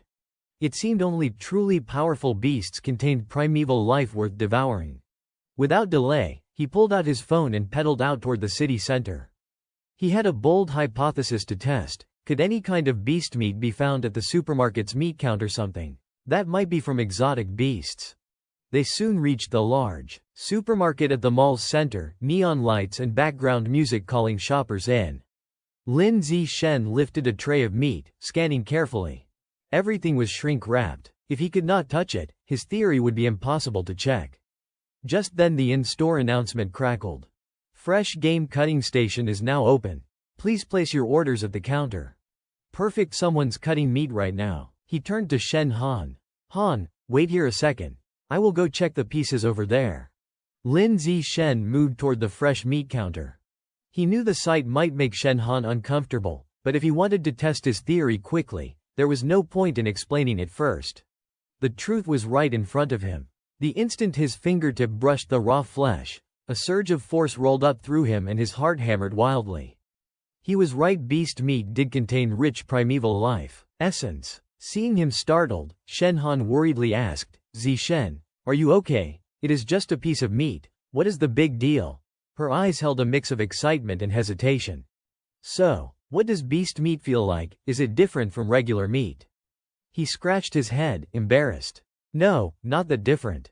It just feels fresher. Want to touch it? She waved him off. No, you touch it if you want. He grinned, eager. We came all this way, why not buy a little and try it? He understood Shen Han's astonishment. Beast meat was not cheap. Even the least expensive species, the phantom squid, ran nearly 1,000 yen per jin. He made his choice quickly, pointing at a tray. We will take this phantom squid. Shen Han grabbed his sleeve anxiously. Shen, that is expensive. Shouldn't you at least ask the price first? He gently patted her head like comforting a child. Don't worry. Someone already told me it is fine. Mom said if we buy it, get a few extra jin. His mother, Nguyen Han, had messaged earlier. If you decide to buy beast meat, get some extra. Invite Shen Han over to try it, I will transfer the money. He smiled. She would even promised a big beast meat feast for both families. Beyond sharing the treat, he had another reason to buy. He suspected that absorbing primeval essence directly from fresh meat might alter the meat on the spot. It was only a hypothesis, and he needed to test it. The clerk scanned the package and announced, 3 jin of phantom squid totaled 2,995 yen. Thank you and come again. Lin Shen suppressed an inward groan. It was pricier than he would hoped. By the time they finished paying, it was past 9 in the evening, and with the city's recent unrest, heading home early felt like the safer option. They did not linger. They pedaled back quickly. Even while cycling, Shen reached into the front basket and touched the tray. He knew he should not while riding, but the compulsion to verify his theory overrode caution. The moment his finger met the meat, a faint mist of energy seemed to rise from it. The system pinged immediately. You have devoured a small portion of the primeval life essence of phantom squid. Progress, 0.1%. Beneath the yellow glow of the empty streetlights, he pedaled slowly, carrying the girl on the back of his bike home in peaceful silence. In Shen's mind, numbers kept spinning. Just one fragment of the squid's primal life essence had only boosted his progress by 0.1%. To reach 100%. Would not that mean he would need a full 100 kilograms of squid meat, at nearly 8,000 yuan per kilogram? The total cost would soar to 100,000. Yet, he mulled over the squid's spectral ability, the power to dissolve into water and vanish without a trace. If he could obtain that ability, then 100,000 would be dirt cheap. And besides, this was the weakest kind of beast meat available. The decision was made. From now on, he had to find a way to make money. That amount was far too much. He could not possibly rely on his family. Ah, right, he suddenly remembered the reason he had bought the squid in the first place. To check whether the process of devouring life essence would cause the meat itself to spoil. That piece had been sitting around for quite a while. Now it should show results. After a thorough inspection, his heart leapt with relief. Not bad. It looked like absorbing the primal life essence did not make the meat rot. The system updated once again. Shadow rate progressed 3%. Just then, Han lightly tapped his shoulder. Shen, careful, someone's up ahead. Startled, he slammed the brakes, nearly crashing into a couple walking in front of them. Shen bowed his head frantically. I am sorry, I am so sorry. Inside, he berated himself for being so absorbed in devouring life essence that he forgot to watch the road. But why was this bike path suddenly so crowded tonight? Before he could think it through, Han tugged at him again. Shen, look over there. A horrifying scene unfolded just across the way. A girl in a strawberry costume was being held hostage by a man pressing a knife against her throat. His voice growled with menace, stay back. Take one more step and she dies. Up ahead, a squad of police had already formed a line, guns trained squarely on the kidnapper. You are surrounded. Lower your weapon and stay calm, the captain called. He quickly ordered his subordinate, Officer A Bin, not to fire recklessly. The distance was too close, and the suspect skillfully shifted behind his human shield. Constantly on the move, a wild shot could easily harm the hostage. A Bin suggested, should we use gas to knock him out? The captain immediately refused. No, it is too obvious. If it takes effect too slowly and agitates him, the danger will spike. As the tension crackled in the air and all eyes were fixed on the scene, Shen bent down and picked up a stone from the roadside. Without a word, he flicked it over the crowd. The stone cut through the air like lightning, striking the kidnapper's wrist. The knife clattered to the ground. "Move in," the captain barked. The moment was seized before the criminal could recover. The police swarmed him, tackling him to the ground and binding him tight. Ching Han stood frozen, stammering, Shen, was that stone just now? You." The boy just pressed a finger to his lips, urging her to stay quiet. But the captain turned suddenly, his eyes narrowing. "Hey, student, was that you who threw the stone?" Shen waved his hands frantically in denial. No, not me." Then the two of them bolted, running off in a panic. As they fled, Shen muttered in confusion, "We did something good, so why are we running?" A voice called after them. "That kind of courage deserves a reward." The word reward hit Shen like a lightning strike. He stopped dead in his tracks. Spinning his bike around, he shot back toward the captain as if propelled by a jet engine. Without a shred of shame, he bowed deeply and confessed, "Sir, I just remembered something important, that stone was me." Inside, he sighed miserably. He really did not want to do this. But his wallet wanted it desperately. Behind him, Ching Han chased after him, shouting, "Shen, why are you going back? Wait for me." He replied earnestly, "I have to go with the officer to file a statement. After that, he will take me to claim the reward." After calling home to inform his family that they were heading to the police station to give testimony, the two parked their bikes carefully at the park, locked them tight, and set off together. Under the thrill of anticipated first payday, Lin Shen's chest brimmed with excitement, but fate had other plans. The kidnapper suddenly underwent a horrific transformation, his body warping into bulging muscles that made the police gasp. "Damn," Shen thought. "He is a cult fanatic and he is mutating, he is turning into a giant rat." The deformed rat snarled and lunged at a female officer. The captain barked orders, "Full force assault, but keep civilians safe." A crackling message came over a radio. Headquarters had detected a massive mutated rat in West River Park, suspected to be linked to the Rat King bloodline of the heretical cult. The current force could not contain it, reinforcements needed immediately. Shen grabbed his two friends and shook them. "Move, run now," he hissed, trembling. Better to offend someone now than die later. Luckily, the creature had not closed in yet, but they needed to put distance between them, and it fast. Suddenly a half-human, half-machine figure streaked past like a gale. Without hesitation she delivered a thunderous kick straight into the mutant rat. The impact sent the beast staggering back. The cybernetic woman barked orders as laser cannons began to charge. "Open fire!" Miniature energy bolts screamed outward. The creature's flesh sizzled under the onslaught until little remained but charred ruins. Shen stood dazed, muttering, "Too op. Thank goodness my bike survived, otherwise the loss would have been unbearable." A nearby woman exhaled in relief, "Thank God, we are safe." But Shen frowned and muttered, "Wait, something's off." He examined the ruined carcass. Did the mutant's meat spoil, he wondered.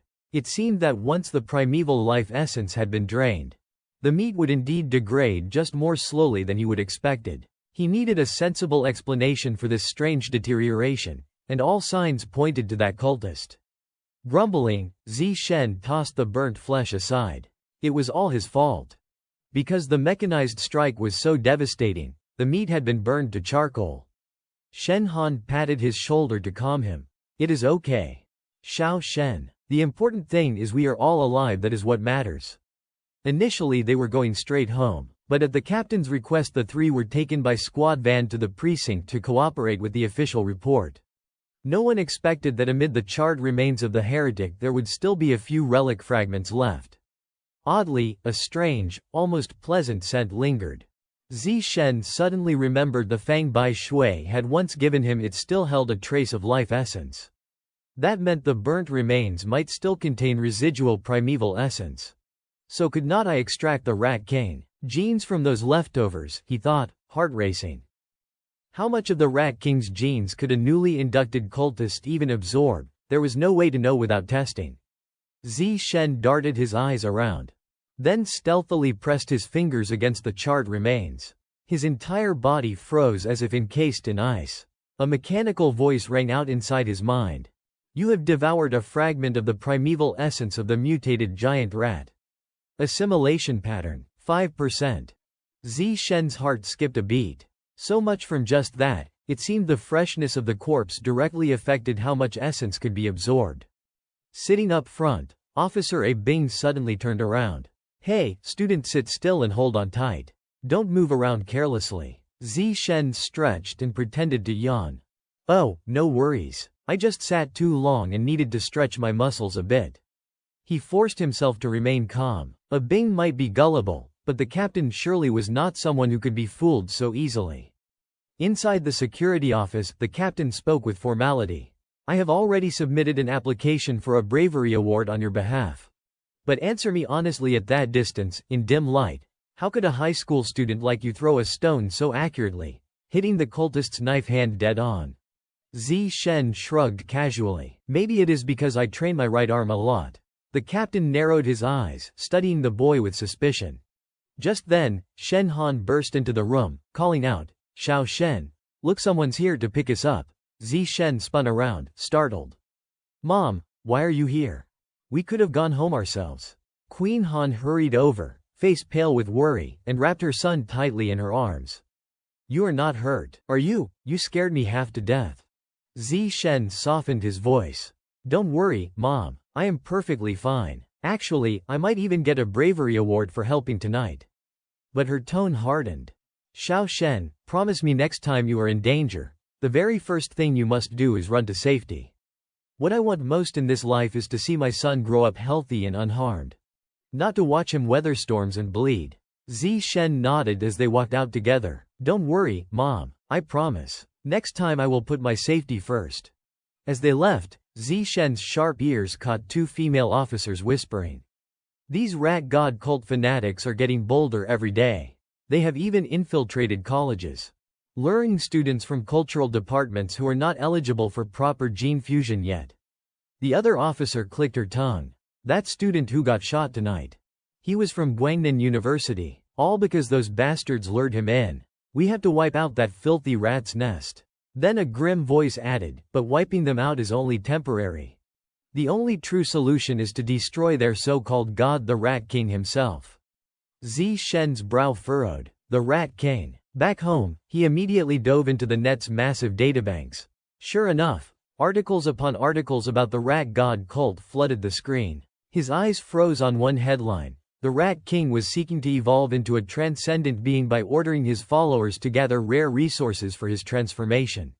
So this creature has already developed higher intelligence, Zi Shen shivered. Remembering the giant mutant rat from last night, he muttered. Why was it so big? Could it really be tied to the Rat King? Then he shook his head. Forget it. It is the South. Rats as big as cats are not anything unusual. But suddenly another thought struck him. Wait, why is Han Han so quiet? A flicker of suspicion crossed his mind.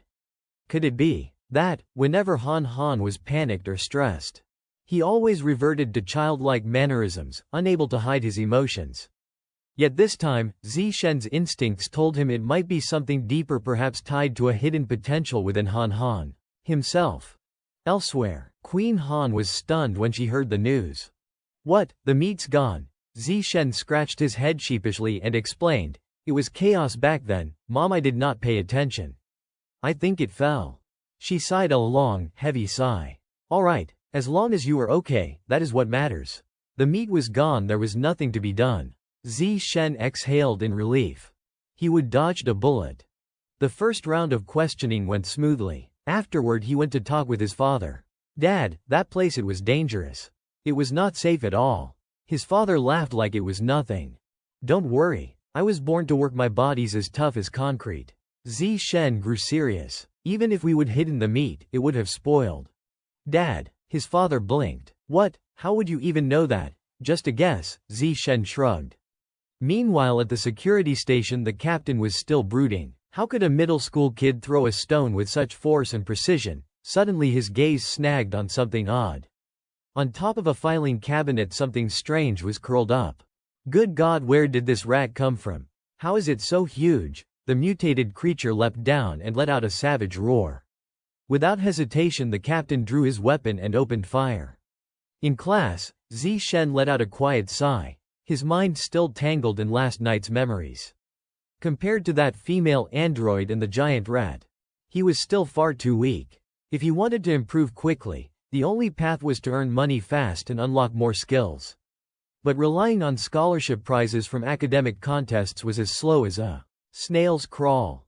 He briefly toyed with the idea of becoming a study god online, making money by selling lecture notes, but immediately shook his head.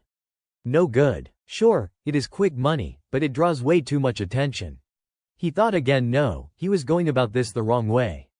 In this world, gene fusion and cybernetic modification were everywhere. Studying books could not compare to studying martial arts. The prize money from martial arts tournaments was worth several times more than academic ones. It was time to act. So he went to the training hall. There, Coach Quach was leisurely sipping hot tea, wisps of steam rising like twilight mist. Zi Shen approached and greeted him. "Good afternoon, Coach Quach." The instructor looked up, his eyes lighting up. "Ah, Zi Shen. So, are you here to join the martial arts team? Or just to check it out?" Zi Shen nodded, cutting to the point. "Coach, if I join the martial arts team, will I get a chance to compete in city tournaments, and is the prize money any good?" Coach Quach's smile was as bright as summer sun. "Of course. The prizes are no joke. The lowest is at least several tens of thousands of yuan." Hearing that, Zi Shen did not hesitate. "Then, Coach, I am officially joining the martial arts team starting today." Coach Quach clasped his hand firmly. "Welcome aboard." Without delay, he called the team to gather. "Everyone, today we welcome a new member. I am sure you all know Lin Zi Shen already." His voice rang with pride. "The champion of the school athletics festival will now be part of our martial arts team." One by one, the students introduced themselves with strong, decisive voices. "My name is Zhang Kai. Remember it well. I am Tian Xing from class 9-3. Just call me a Xing." "I am Xu Tong, class 9-6. Everyone calls me Xiao Li, and I think it suits me." "I am Yi Ce, but you can call me Brother Ce." Zi Shen bowed politely. "I am Lin Zi Shen. Please take care of me." Since he had never trained in martial arts before, Coach Quach personally demonstrated the basics: hand strikes, footwork, stances. His tone grew serious. "Don't underestimate these simple moves. Even Xiao Li, our fastest learner, took a full week to get them right. All right, show me what you have got." Without a word, Zi Shen mimicked each movement, each transition, with uncanny precision like a machine copying data. Coach Quach then guided him into more advanced techniques. But suddenly, as he practiced, Zi Shen brushed against the threshold of the inside of heaven and man. The system instantly chimed in, "You are practicing fist technique. Blood +1, forearm strength +1, arm flexibility +1, fist technique mastery +1. Every movement flowed as smooth as drifting clouds and flowing water, his stats climbing in rapid succession. Coach Quach was so stunned he dropped his teacup. "Impossible. How can this be? Learning after just one glance, this defies reason." In his heart he whispered, Unless this boy is one of those legendary martial arts prodigies, one in 1,000, if not rarer." As night fell, a hush draped over the neighborhood in a faint veil of twilight. In the warm kitchen, Win Han's voice carried upstairs. "Xiao Shen, come set the table, it is time for dinner." "Coming, Mom." Zi Shen bounded down the stairs, blurting, "What is for dinner tonight?" She smiled as she placed dishes on the table, her words tinged with mystery. "Of course it is the dish you have always dreamed of, a true ghost shadow feast." The rich aroma filled the air, making Zi Shen sniff greedily, his eyes sparkling like a kitten spotting fish. "It smells amazing, so good it is dizzying." His father chuckled, "Enough sniffing, eat it while it is hot." Zi Shen wasted no time, scooping a full spoonful into his mouth. Win Han watched him tenderly. "Well, does it taste right?" Zi Shen's face lit up. "Mom, your cooking beats any 5-star chef, hands down." She smiled, stroking his hair. "Then eat plenty. I bought a full 6 pounds just for you." Suddenly, the system chimed in his head. "You have devoured a portion of the primal life force of a ghost shade. Ghost shade diagram progress. 3.01%. Zi Shen froze. "Wait, so eating it directly works too? If I would known that, I would not have even touched my chopsticks earlier." After dinner, he moved to the living room and switched on the TV. Just in time to catch the evening news. The anchor was brimming with excitement as she introduced a girl genius who had shocked the entire nation. At only 14, she had successfully fused with an energy core heart, becoming the youngest cyborg in history.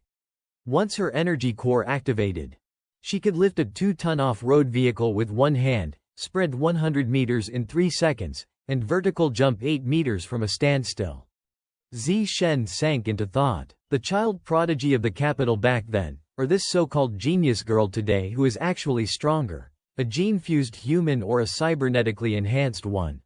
Before he could dwell on it further, the broadcast suddenly shifted to tragic news.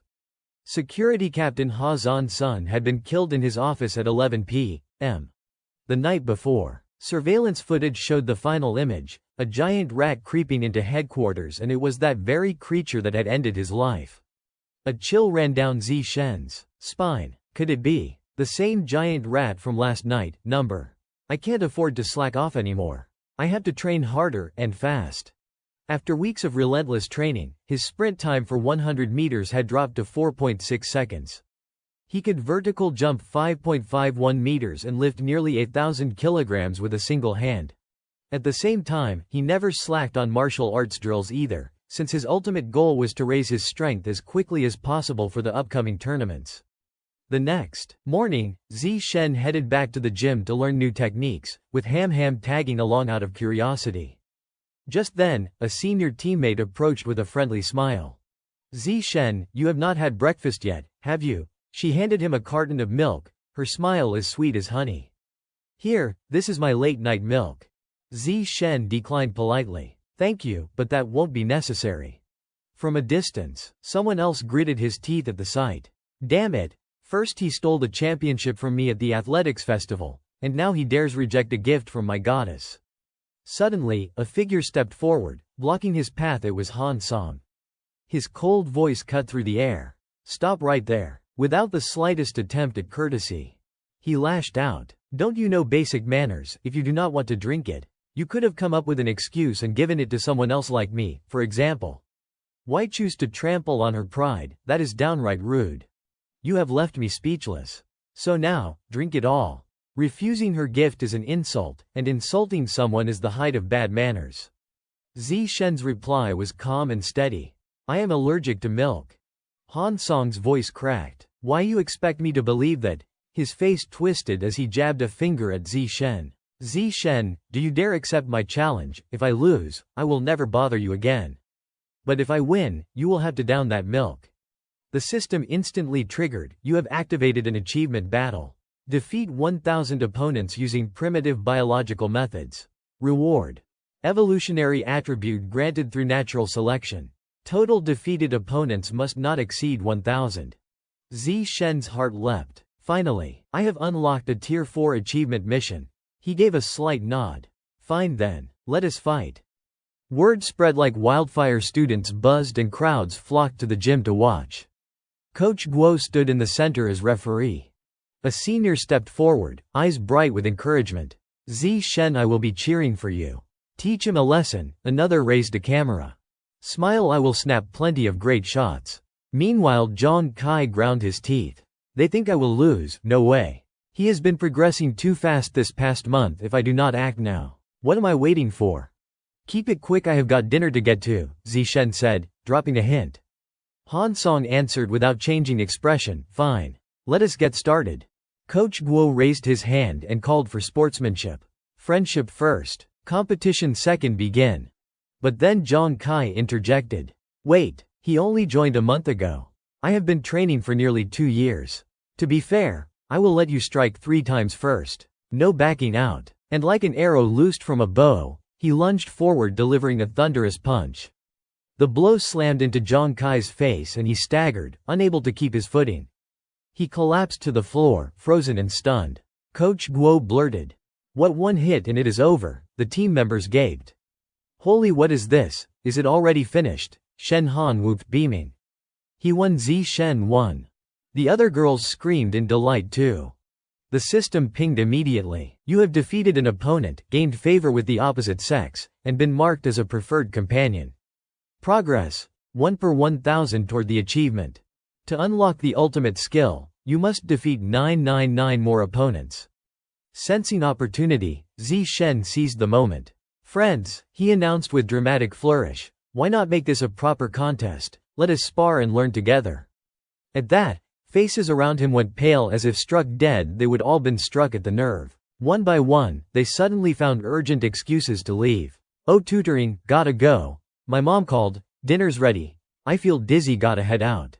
When Zhang Kai struggled to his feet, clutching his chest in outrage, he snarled, I won't accept this.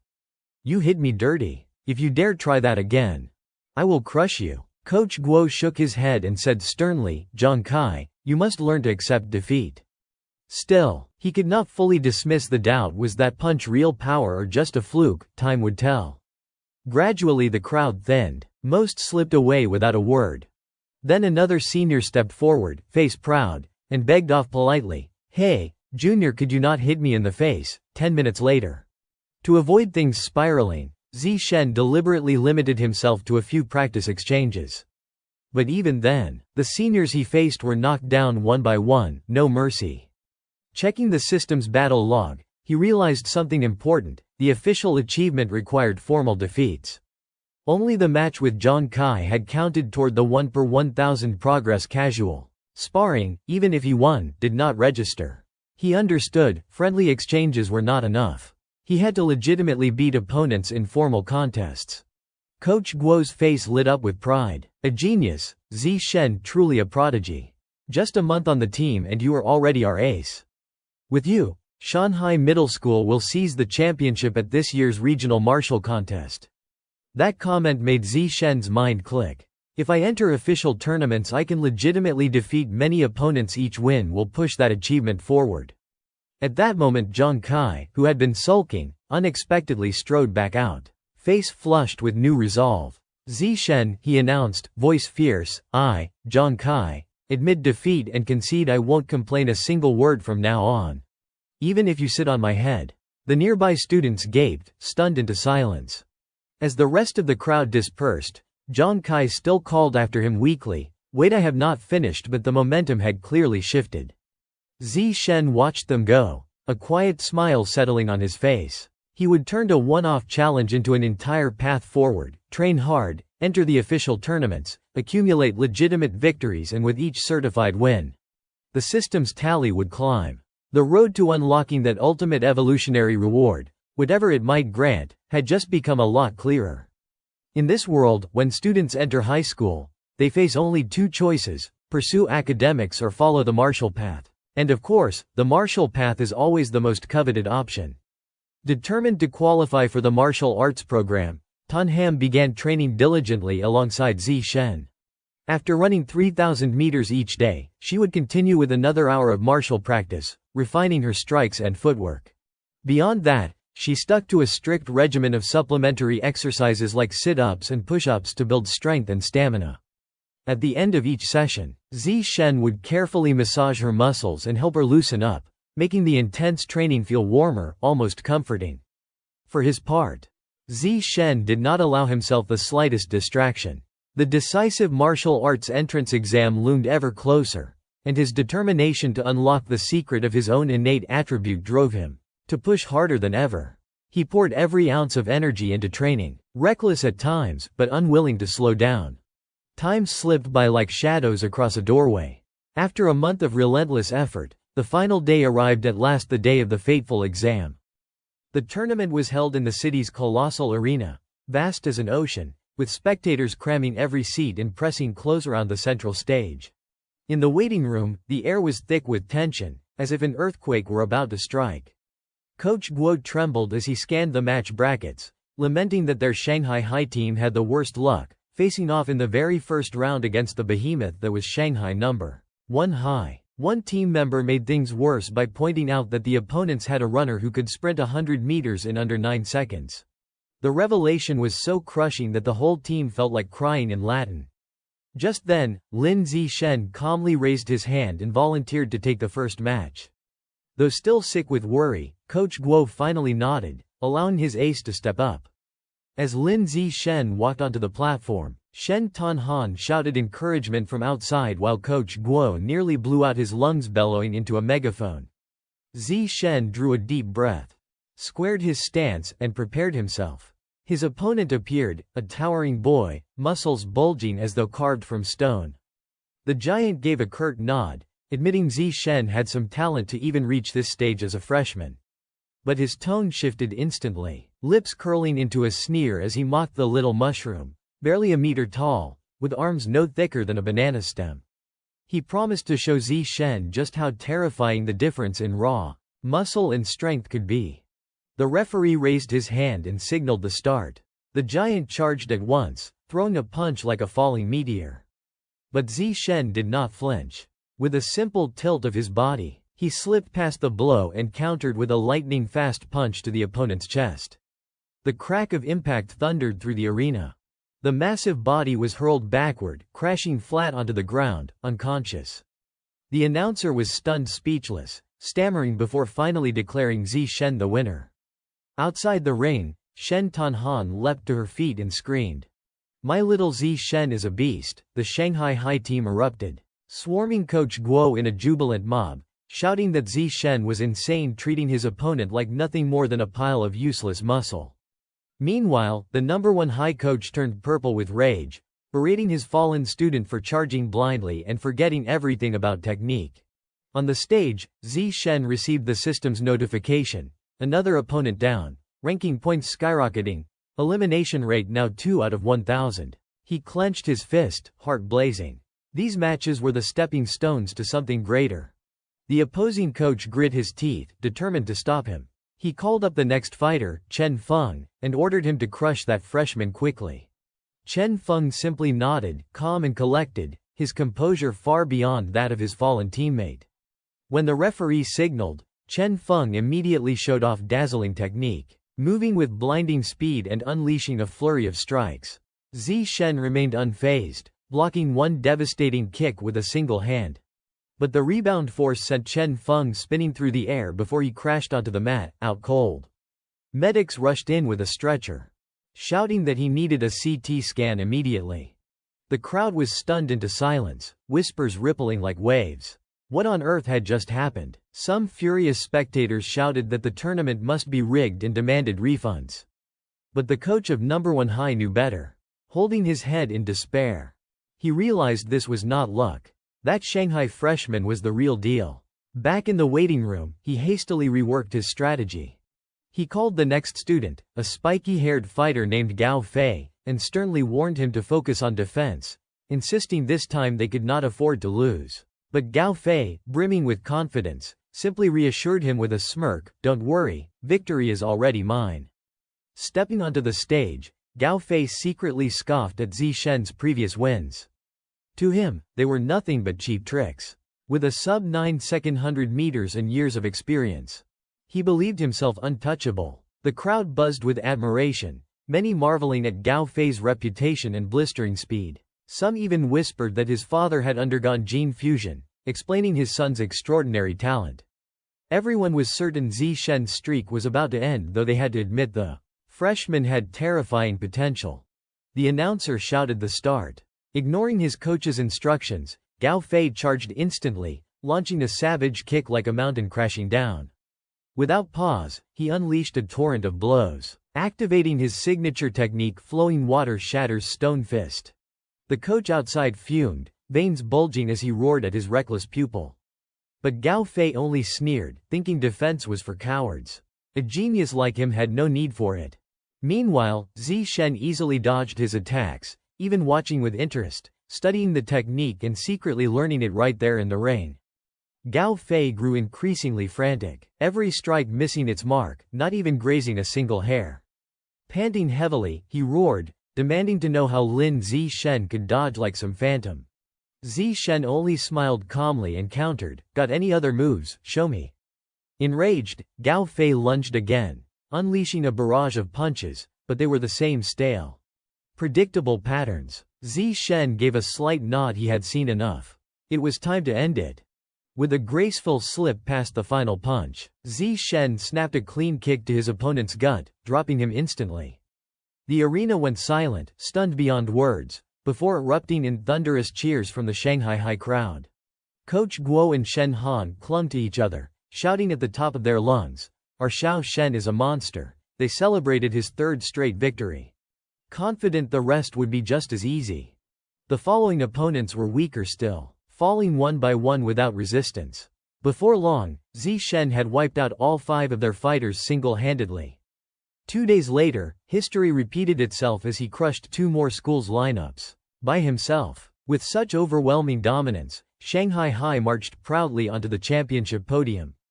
The whole team beamed, snapping photos with medals and the gleaming trophy. Yet when Zi Shen opened his system panel, he sighed in frustration. The eliminated count was only 16 out of 1,000. At this rate, it would take years to unlock the natural selection skill. Still, there was one consolation. Coach Guo surprised him with remarkable generosity, awarding Zi Shen the lion's share of the prize money, 20,000 yuan. Combined with his previous academic award, his purse now held around 30,000. But money never lasted long in his hands. He promptly swept the supermarket clean, hauling home heaps of rare phantom squid meat. For weeks, squid dominated every meal. After consuming 30 catties, his library progress toward unlocking squid-based enhancements had reached 33%. The grind of training and devouring beast flesh was finally bearing fruit. By his second year of high school, Zi Shen broke through once more, advancing from Tier 3 to Tier 4. His physique soared to an entirely new level, able to lift 1,890 kilograms with one hand, leap 5.65 meters straight up, and run 100 meters in just 4.49 seconds. A body that outright defied the laws of physics. Time flew, and before long both Zi Shen and Shen Han graduated from Shanghai Middle School. But when the high school entrance results came out, fate seemed determined to split their paths. Shen Han sat weeping in her room, tears streaming as she asked Zi Shen why, despite all their efforts, they still could not attend the same school. He explained that he had ranked first overall in both academics and martial arts. Her grades were strong, but her martial score was not high enough to enter the elite program at Shanghai High. As he tried to comfort her, she choked out, "Then what happens now?" Zi Shen replied, "The principal of Shanghai High is coming to my house soon, probably to recruit me. Come with me." Shen Han cried harder, saying it had nothing to do with her. That the principal was clearly only interested in him. But Zi Shen took her hand and pulled her gently from the room. With a quiet smile, he said, "Don't worry, I already have a plan. My only condition for staying at Shanghai High is that Shen Han must sit beside me in class." As expected, the principal of Shanghai High School came all the way to his house. She sat for hours with his mother and Shen Qinghan, discussing his future. Throughout the meeting, the principal earnestly expressed her wish to keep Lin Zi Shen enrolled at her school. When the visit finally came to an end, she stood up to leave but suddenly made one last promise: as long as he agreed, any condition he named would be granted. Zi Shen seized the chance immediately. His only demand was that Shen Qinghan be placed in the same class with him. The principal turned to the trembling girl, confirming her name once more. Without hesitation, she smiled and nodded. "Very well, both of you will register at Shanghai High School together." Overjoyed, Zi Shen and Qinghan thanked her in unison, relieved that their high school future was now secured. Before enrollment began, Zi Shen entered his final middle school martial arts competition. As expected, his overwhelming strength led the team to another championship. And he decided to use the prize money to complete the unlocking of the Phantom Ink Squid manuscript. The progress bar was only 20% away from completion, and this reward was just enough to fill it. Uncertain of what might happen, he carefully chose a forest on the outskirts of Shanghai to conduct the experiment safely. Wasting no time, he began absorbing the life essence from the remaining squid ink. A stream of vibrant green energy swirled around him as the system instantly notified that absorption was underway. His eyes widened when the final surge of power erupted, pushing the progress bar to 100%. A new notification chimed. Lin Zi Shen had unlocked the Phantom Ink Squid manuscript and obtained a new biological trait, Blessed Water Form. This ability increased his affinity with water, allowing him to move freely, even vanish within aquatic environments. Yet as the power settled, he stood frozen in the forest, holding the squid's limp tentacle, unsure of what to feel. That was it seemed. Underwhelming. A hollow sense of disappointment lingered, so Zi Shen headed to a nearby pond to test it out. To his relief, blessed water form was not entirely useless. He discovered he could stay submerged for hours without his skin wrinkling, and the reduced water resistance made swimming smooth and effortless. Still, aside from those minor perks, nothing truly impressive surfaced. Sitting in the water, he consoled himself. After all, the phantom ink squid was only a low-tier spirit beast, so a lackluster ability made sense. But he resolved to aim higher. If he wanted stronger traits, he would either have to save up to buy meat from advanced spirit beasts or become powerful enough to hunt mutated monsters on his own. The memory of those massive rats that once haunted him flashed in his mind, and he clenched his fists, determined to grow stronger. With less than a week left before school began, Zishen's mother and Qinghan's family planned a trip together. He quickly suggested the seaside, both for leisure and as an excuse to test his new waterform ability. Standing under the waves, Qinghan shivered and complained about the cold seawater, while Zishen felt like a fish finally back in its element. He comforted her, then dove straight down, darting through the ocean like an arrow. The system chimed repeatedly, awarding him points toward his swimming and diving skills. From the shore, Qinghan anxiously shouted for him to teach her how to swim. Popping his head above the surface, Zishen suddenly remembered that his childhood companion had never actually learned. Patiently, he began teaching her the basic movements, silently thinking that with her average physical talent, it would be a struggle. But Qinghan left him dumbfounded. She squealed with delight, declaring how easy it was, mastering the strokes within minutes, and even diving with ease. She glided gracefully beneath the surface, emerging with an astonished expression, marveling at how naturally she could swim without guidance. Zishen froze when he noticed a faint blue aura radiating around her like living water. When she surfaced, Qinghan gushed about how wonderful it felt. Normally, opening one's eyes underwater caused stinging pain, yet she found it cool and soothing. Her words set Zishen deep in thought. Watching her swim farther away, he sensed something unusual. Even a water element talent could not progress this quickly. Her pace was simply irrational. Then, a spark lit in his mind. He recalled her childhood condition. Every time she grew nervous, she would wet herself uncontrollably.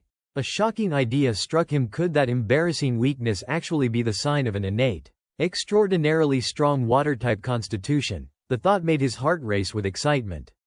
You were right, she might have a special cultivation body, like one of those characters from the Shenxia tales his parents used to read. To test it, they dove deeper together. Shen Han's performance left him even more stunned as they explored the seabed side by side. More than 10 minutes passed and she was still holding her breath easily, a miracle for someone who had just learned to swim. While they were down there, Shen Han's face suddenly drained of color. A strange sound spiraled through the water around them. They shot to the surface and Shen Han screamed when the water ring around them flashed with a blinding blue glow. That night, walking along the beach hand in hand, Lin Zishen asked what had happened. Shen Han trembled as she explained, while underwater she would kept hearing an unfamiliar, icy voice whispering right beside her ear. He hugged her and asked what the voice had sounded like. Through tears she said she could not understand the words. But she was certain it was a female voice that echoed on and on until she broke surface. To calm her down, Lin Zishen took her back to their hotel room to rest, then went online hunting for any information about that mysterious female voice, but the search returned nothing. Unable to sleep, he spent his excess energy training. On his 1000th weighted sit-up, a surge of power suddenly washed over him. The system chimed. Congratulations, player has leveled up to Common Tier 5. Tier 5 meant his strength was now on par with a full-grown giant mutant rat. A resolute light flickered in his eyes. Fighting those monsters bare-handed was no longer fantasy. Eager to test his new limits, he slipped out to the empty beach at midnight. He sprinted, sand spraying, and his 100 meters time dropped to 3.64 seconds. His vertical jump rocketed to 6.98 meters. He even tried hoisting a nearby car and discovered he could lift the whole vehicle, roughly 1,600 kilograms, with one hand. With that leap in capability, his life turned a new page. Vacation ended and Lin Zishen and Shen Han officially enrolled at Shanghai High. On their first day they arrived early to do chores for the class, and two girls immediately noticed him. "Wow, he is really handsome and lucky to be on duty," someone whispered. Lin Zishen was a little surprised by his sudden fame in class, and something even more surprising happened. Just by doing the class duty, he triggered a new system quest to complete 1,000 cooperative tasks to unlock the social animal biological trait. While wiping the blackboard and helping Shen Han sweep the room, he wondered what that trait would grant. After class, he stopped at the Moat supermarket. Now that the Phantom Squid manuscript was finished, he needed to pick his next target. He wandered the exotic meat counter and his eyes froze on something glittering in the fridge. A packaged eagle head, fierce and imposing, sat on display. The tag read 1,998 yen per jin. A grin tugged at his mouth. He picked up the package. His choice was made. The violent roc was a type of exotic beast ranked a little higher than the phantom squid. Its eyesight was terrifying, 30 times sharper than that of an ordinary human, making it a fearsome predator. It could even snatch a mutant hair so fast it was nearly invisible to the naked eye.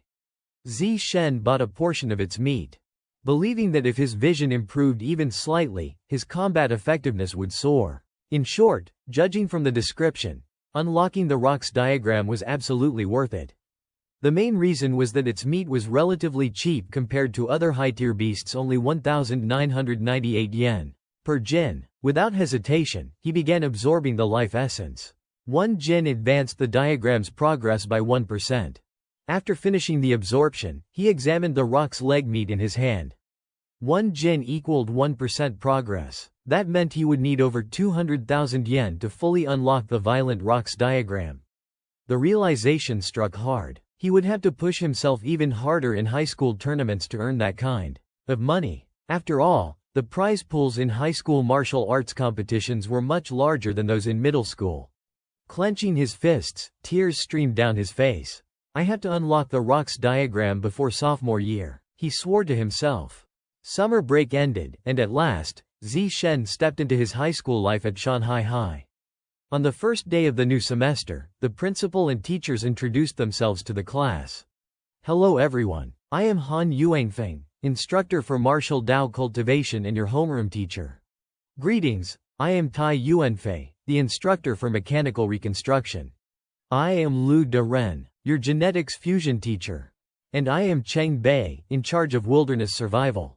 After the teachers' introductions, it was time for the students to introduce themselves one by one. A girl was first to stand. Hello everyone, my name is Su Yu Shi. My strengths are music, chess, calligraphy, and painting. Another girl rose. I am Zhang Yi Jia. I like anime, cosplay, and sports. Next came a boy. My name is Peng Huo Guang. Normally, when I am free, I like to stay home and play games. Before long it was Shen Han's turn. With so many eyes on her, she was nervous to the point of trembling. She raised her hand shyly and stammered. Hello everyone, my name is Shen Han. I usually like drawing and coloring, and I hope everyone will guide me from now on. Then came Zi Shen's turn, the briefest introduction of all. Hello everyone, I am Lin Zi Shen. Please take care of me from now on. Time flew, and soon the dismissal bell rang.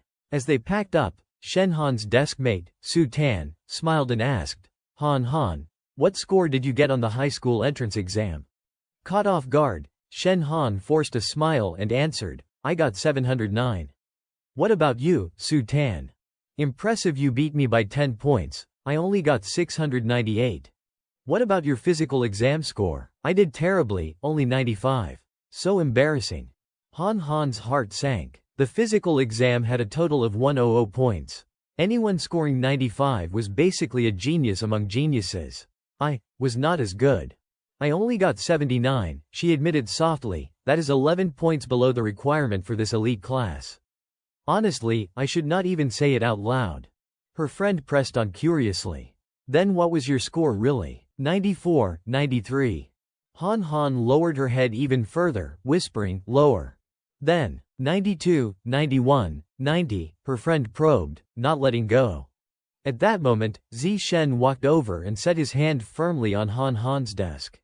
Can I add you on WeChat? He asked bluntly. Startled, she nodded quickly. Ah sure, let us add each other.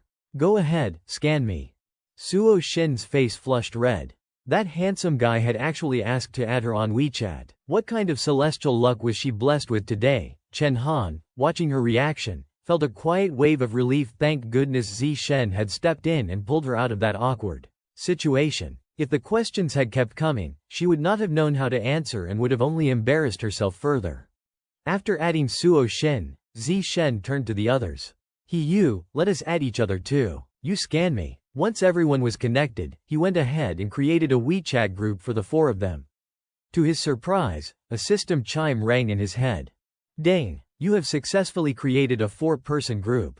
Requirement met, multi-party cooperation task. Current completion, 2 per 1000. Zi Shen blinked, almost laughing. So simple an action, and it counted as progress. Once the group was formed, the four of them began to chat and learn more about one another.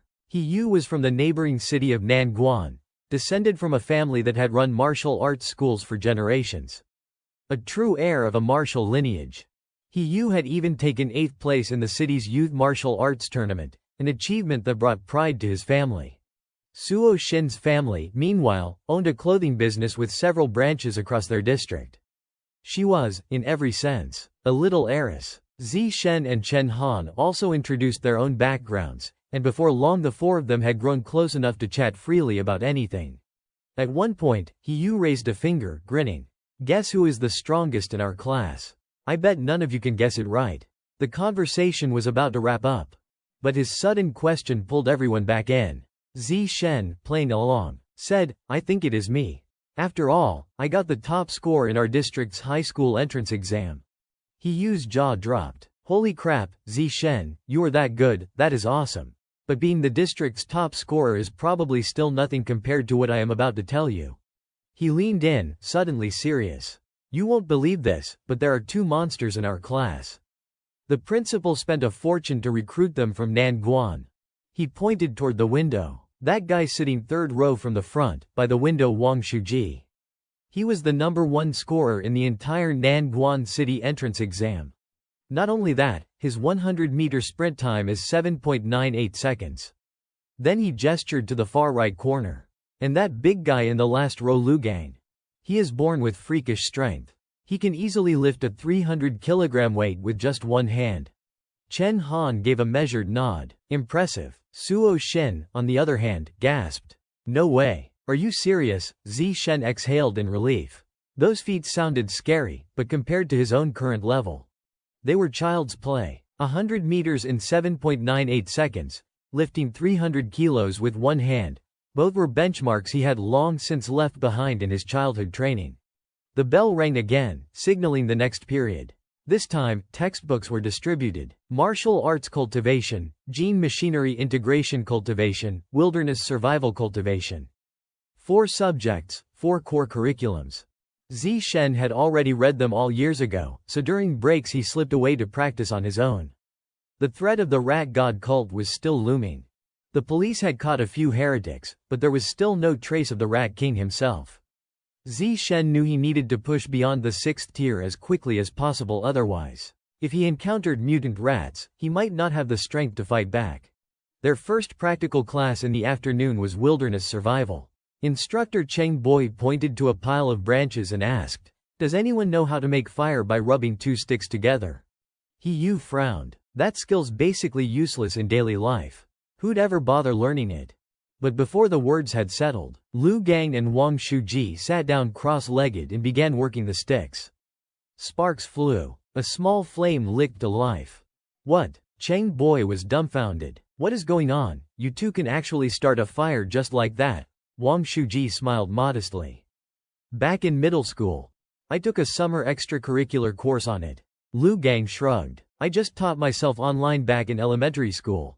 Once the 2 prodigies from Nanguan showed their skills, the others started practicing as well. Before long, Zi Shen was teaching his new group members the technique, guiding them as they worked together to grind the sticks.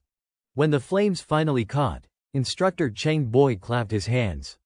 Good. Now that you have grasped the basics, today I will teach you a special breathing technique for cultivation. The martial arts class turned into a show and tell for the 2 kids from Nanguan. Teacher, we already learned this, they bragged. It sounded a little ridiculous, but they really could do those things. Zi Shen kept modest as usual even though he already knew all that material. Time flew. A month had passed. The homeroom teacher finally stood up and announced, "It has been over a month since term started. Time for a progress test." For this exam he would even set cash prizes, first place 88 yen, second place 66 yen, and third place 33 yen. Zishen thought, there are prizes. 88 yuan for first place was surprisingly generous. It would almost buy half a gin of violent rock meat. Naturally, the prize motivated everyone to try harder. An hour later the test was over. Coincidentally, Lu Darren, the gene fusion teacher, had scheduled a test at the same time, with the exact same prize amounts. Ha Vu flopped onto his desk and groaned, "Finally done. Man, that test was brutal. Why did they even ask about the wavelength of the laser cannon? Who remembers that stuff?" another student complained. And the last question, what even was that? Asking for the relationship between radiation shielding and atmospheric pressure and then expecting us to compute all those decimal places. I wanted a 90, but I will be thrilled to get 60.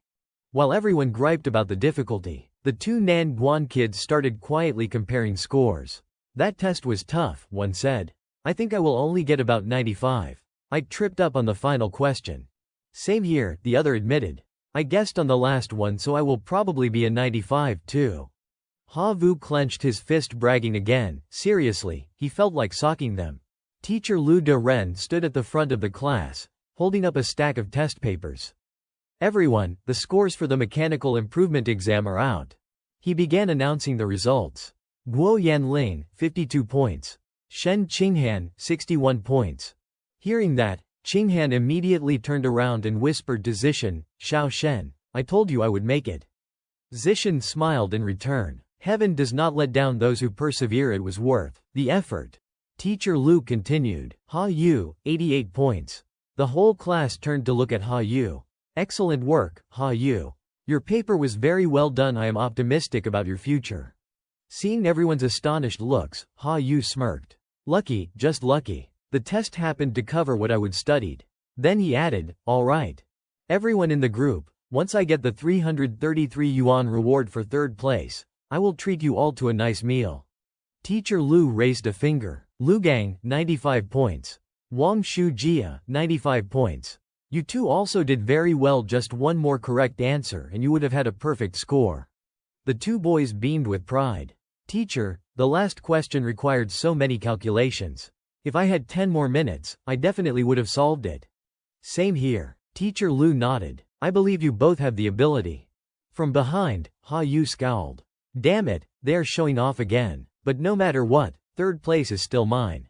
Just as he finished, Teacher Lu raised his voice. "This exam was difficult, but believe it or not, someone in this class achieved a perfect score. Lin Zishen, 100 points." The two boys froze, jaws dropping. 100 points, he really got full marks. They could not believe it. It was absurd.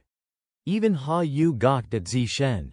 Stunned, not even the top students of Nanguan could beat him. Lin Zishen really is too strong. And worst of all, he stole my third place spot. He clenched his fists. "Next time, I can't get ahead of myself." Qinghan and Suo Shin both turned to congratulate Zishen. "You are incredible. You are shining like mountains and seas." Zishen raised his hand. "By the way, Teacher Lu, when will the first place prize of 888 yuan be awarded?" Teacher Lu replied, "Don't worry, I will prepare red envelopes and send the prizes to the class group." He thought to himself, this kid actually cares about money. Is he really that short on cash? Just an hour later, the results for the gene fusion test were also announced. Lu Gang, 81 points. Wang Shu Jia, 83 points. For a test where most students failed. Those are already excellent results. Still, both of them could not hide their disappointment. Qinghan, however, scored 78 points, good enough to reach the top 5. As for Zishen, another perfect score, and another prize claimed. Ha Yu, Wang Shu Jia, and Lu Gang took another heavy blow. Dark-faced, the two boys raised their hands. This test was so hard, how could anyone possibly score full marks? Did he somehow know the answers beforehand? Impossible, absolutely impossible. Teacher Tai Yuan Fei frowned. All of his answers were his own work. None of them could be found online. Cheating was impossible. The two boys were floored. "What?" Watching their disbelief, Ha Yu and Suo Shin smirked. "This is hilarious. Can't do it yourselves. So you accuse others of cheating, that is shameful for Nanguan students. Exactly, Wang Shu-ji is just an uncultured troublemaker. Lunch break passed quickly. In the afternoon, Class 1 of Year 1 had a survival test in the wilderness. Teacher Cheng Boy explained, the rewards for the survival exam are the same as other subjects. First place, 888 yuan. Second place, 666 yuan. Third place, 333 yuan. The exam includes 3 events, mountain climbing with tree climbing, swimming, and fire starting with wood friction. Wang Shu-jia whispered to Lu Gang, this morning we could not beat him in theory. This afternoon, in survival training and martial cultivation, we need to win back our pride. They both glared at Lin Zishen. Fired up. You do not have to say anything, I will beat him. I will avenge the humiliation. Soon the test began. The first event was tree climbing and mountain climbing, and scores were determined by speed. As predicted, the 2 Nanguan hotshots were left in the dust, each watching Lin Zishen climb like they would never seen before. No way. This Lin Zishen is showing off too much, they thought, panting. I gave it my all and I can't even see his shadow. Sure enough, Lin Zishen took first place in the tree climb. But their attention snapped back to Shen Tanhan. At that moment she had not even finished climbing and, unsurprisingly, she placed last. It was not the end of the world, there was swimming next, and Shen Tanhan would surely recover her confidence there. The final fire starting stage would be the deciding event for prizes. And that is where the Nam Guan duo would have to face off again. They stared at Zishen in disbelief. How is he so fast at everything? His hand speed was practically supernatural. I remember he was not this quick in class when we practiced making fire. Then the teacher announced, Lin Zishen had successfully started a fire time, 58 seconds. The last event would be wading, swimming, and this time Shen Tanhan crushed the Nam Guan pair, dealing a heavy psychological blow. No way, they muttered. I can understand Lin Zishen, sure, but why did Shen Tanhan suddenly explode like that? They convinced themselves it must be nerves causing hallucinations. After the wilderness survival test, Wang Shu-jia and Lu Gang fell uncharacteristically silent for a long stretch. The midday that followed was unusually quiet. Coach Han stood and addressed the class. You have been training martial arts for over a month. Today we test your progress. We will do sparring on the ring awards for the top 3. Give it your all. The announcement revived everyone's competitive spirit. The afternoon's martial sparring was what really mattered.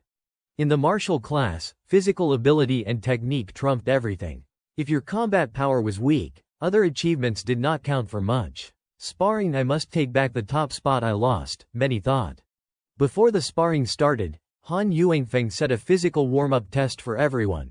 3 measurements, 100 meters sprint time, the weight you can lift with one hand, and vertical jump height.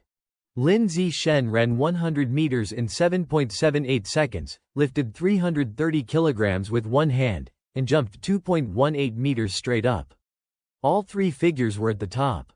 But to avoid being too flashy, he had not even tried his absolute best, so his numbers were only marginally better than Wang Shu-jia and Lu Gang's. Still, the two of them stared. Mouths agape. He is faster than me at 100 meters, his strength is stronger than mine. It felt wildly unscientific. He does not even look buff. Was his body underdeveloped during entrance exams? They patted each other, trying to steady nerves. Don't panic, Lu Gang. Failing the physical test does not mean everything's lost. Real combat is not just raw strength, technique counts too. Right, our technique is better. We still have a chance. After the physicals, everyone moved to the ring for sparring. Lin Zishen thought, if I want to finish natural selection early, I need to keep leading on the ring. Because his test results were so strong, nobody dared step up first. Even the Nam Guan pair hesitated and watched.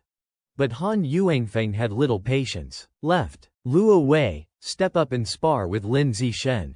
Startled, Luo Wei sprang onto the ring, face set, hands ready. Lin Zishen threw a single punch and Luo Wei flew off like he would been hit by a cannon. To save time, Lin Zishen dealt quick, decisive blows, one strike or one palm to finish each opponent. One by one he ended the matches fast. Wang Shu-jia and Lu Gang watched, pale and trembling. Seriously, Lin Zishen is this strong, they thought. He did not even go all out on the physical test. What if he did? Better go call more people to take him on. Just then Ha Vu leapt onto the ring, shouting for Lu Gang. He pointed and barked, "I am warmed up, I am at my best right now. You really gonna step up and fight me?" Called out like that, Lu Gang jumped onto the platform. "Half a minute. I will put you down in 30 seconds. Lu Gang thought to himself. If Ha Vu had not challenged him, he might have had to face Lin Zishen, and he was not sure he could beat Lin Zishen. Still, he was confident he could at least handle Ha Vu. They charged. Wham! Ha Vu unloaded a flurry of punches and kicks at Lu Gang.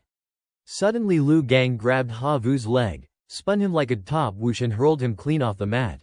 Ha Vu hit the floor headfirst and started vomiting as he tried to get up. Lu Gang smirked. "Ha Vu, among everyone who has fought me, your stamina's the best. I will call you the strongest in class for endurance, just a pity your technique's a level below mine." Lin Zishen hopped up onto the ring next. "Alright, let us have a match." He thought, this was the perfect chance to keep his elimination progress moving, otherwise nobody would dare step up. Seeing Lin Zishen approach, Lu Gang felt the pressure. If it comes, who is scared, he told himself, and lunged with a fierce punch. "Take this." Lu Gang tried to mix up his moves at close range, but Lin Zishen slipped away like lightning. "Damn, he is fast," Lu Gang flinched. Lin Zishen followed with another strike into Lu Gang's back, sending him tumbling off the ring. The surrounding students yelled, "Wang Shujia, your brother Lu Gang just got wrecked, what are you waiting for? Get up and avenge him. Yeah, protect the honor of Nanguan's top student." Wang Shujia sprang onto the ring, grumbling, "Quit the shouting, I was about to go up anyway." Standing in front of Lin Zishen, he felt a massive weight pressing down on him. Inwardly he steeled himself, whatever happens, he would find a way to beat this kid. Wang Shujia gritted his teeth, his jaw tightening as he clenched his fists and charged forward in anger. Determined to gamble everything on this strike, Lin Zishen calmly raised his left hand, effortlessly catching the incoming punch, then swung his right arm. Bang! A heavy blow landed squarely on Wang Shujia's face, sending him flying off the stage. He slid a long distance across the floor before coming to a stop, foam bubbling from his mouth. Without hesitation, Zishen proceeded to take down the other male students in class one after another. Each opponent fell with a single, precise strike to the back of the neck, so effortless it looked like he was bullying children. Zishen paused, eyes flicking toward the system panel. According to the rules of the natural selection mission, the same opponent could only be counted once, no matter how many times they were defeated. That meant from now on, he could only spar with the girls. Not that they would want to spar with him, though he said it casually. The girls below were already blushing, fidgeting, and stealing glances at him with admiration. One brave girl raised her hand and called out, "Zishen, I want to challenge you." She leapt onto the stage and rushed toward him with her arms outstretched. Zishen's body moved like lightning. He sidestepped and struck her back in a single smooth motion. Seeing his speed, the girl gasped in surprise. "He's so fast," she thought, lying on the mat and pouting slightly. "What a pity, I almost got to hold him." Then, to his mild astonishment, more girls began stepping up one after another, volunteering to fight him. Of course, Zishen restrained his strength when dealing with them. His main goal was simply to finish the mission as efficiently as possible. Before long, all the female students had taken their turns, but the mission progress bar was still far from complete. He felt a bit disappointed, until Han Yuan Feng, their instructor, announced some good news. Standing atop the platform, the teacher raised a finger and said, "Everyone performed well today. From now on, those ranked at the top should learn how to challenge stronger opponents. 1 month from now, our class will be facing the strongest regular class of the second-year students. So, get ready. Our goal," he declared, "is to defeat the strongest second-year class." Hearing that, Zishen clenched his fist. He had been worrying about not having anyone left to fight, and now a chance to accelerate his natural selection progress had arrived, like a gift of warmth on a snowy day. Moments later, Han Yuan Feng dismissed the class. As the students left the dojo, Lu Gang walked past Zishen and said, "I used to worry that after enrolling at Shanghai High, I'd have no real rivals. But I guess I underestimated this place. From now on, you'll be my rival for the next 3 years." Shen stuffed both hands into his pockets and didn't bother replying. Judging by Han Yuanfeng's arrangement, he thought, completing natural selection within a year might not be impossible after all. A few steps later, he crossed paths with Wang Shujia again. Lin Shen, the boy spat. Just because I lost now doesn't mean I'll lose next time. Before graduation, I'll wash away this humiliation. Shen, hands still in his pockets, thought quietly to himself, I've completed another mission and even earned a reward. Not bad. Doing a quick calculation, he realized, that's over 3,000 today. Seeing his indifferent attitude, both Wang Shujia and Lu Gang clenched their fists in frustration. He's not only ignoring us, he's mocking us. Meanwhile, Shen was thinking about something entirely different. With this money, I can finally afford to buy some beast meat. Perfect. Night fell over the city, the neon lights glowing bright. Although today's mission reward was a decent start, it was still far from enough to buy the amount of beast meat he needed to activate his formation. To earn extra money, he decided to open an online fiction account and start his own writing career. Bang! A message pinged on Shen's phone. Hello, I'm the editor in charge of the platform. Your novel is excellent, and I'd like to invite you to sign a contract for serial publication. Just waking up, he was already receiving a contract invitation from the website. Logging into the platform to finalize the agreement, he saw a breaking news alert that immediately caught his attention. 2 hours ago, a giant mutated rat attacked a storage facility in the outskirts holding exotic beast meat. The rat was over 5 meters long and had bitten a mechanized worker in half. The worker immediately activated a hidden emergency energy source and self-destructed to eliminate the threat, killing the giant mutated rat instantly. Shen read the report, worry gnawing at him. How many of these giant mutant rats could still be lurking in Shanghai City?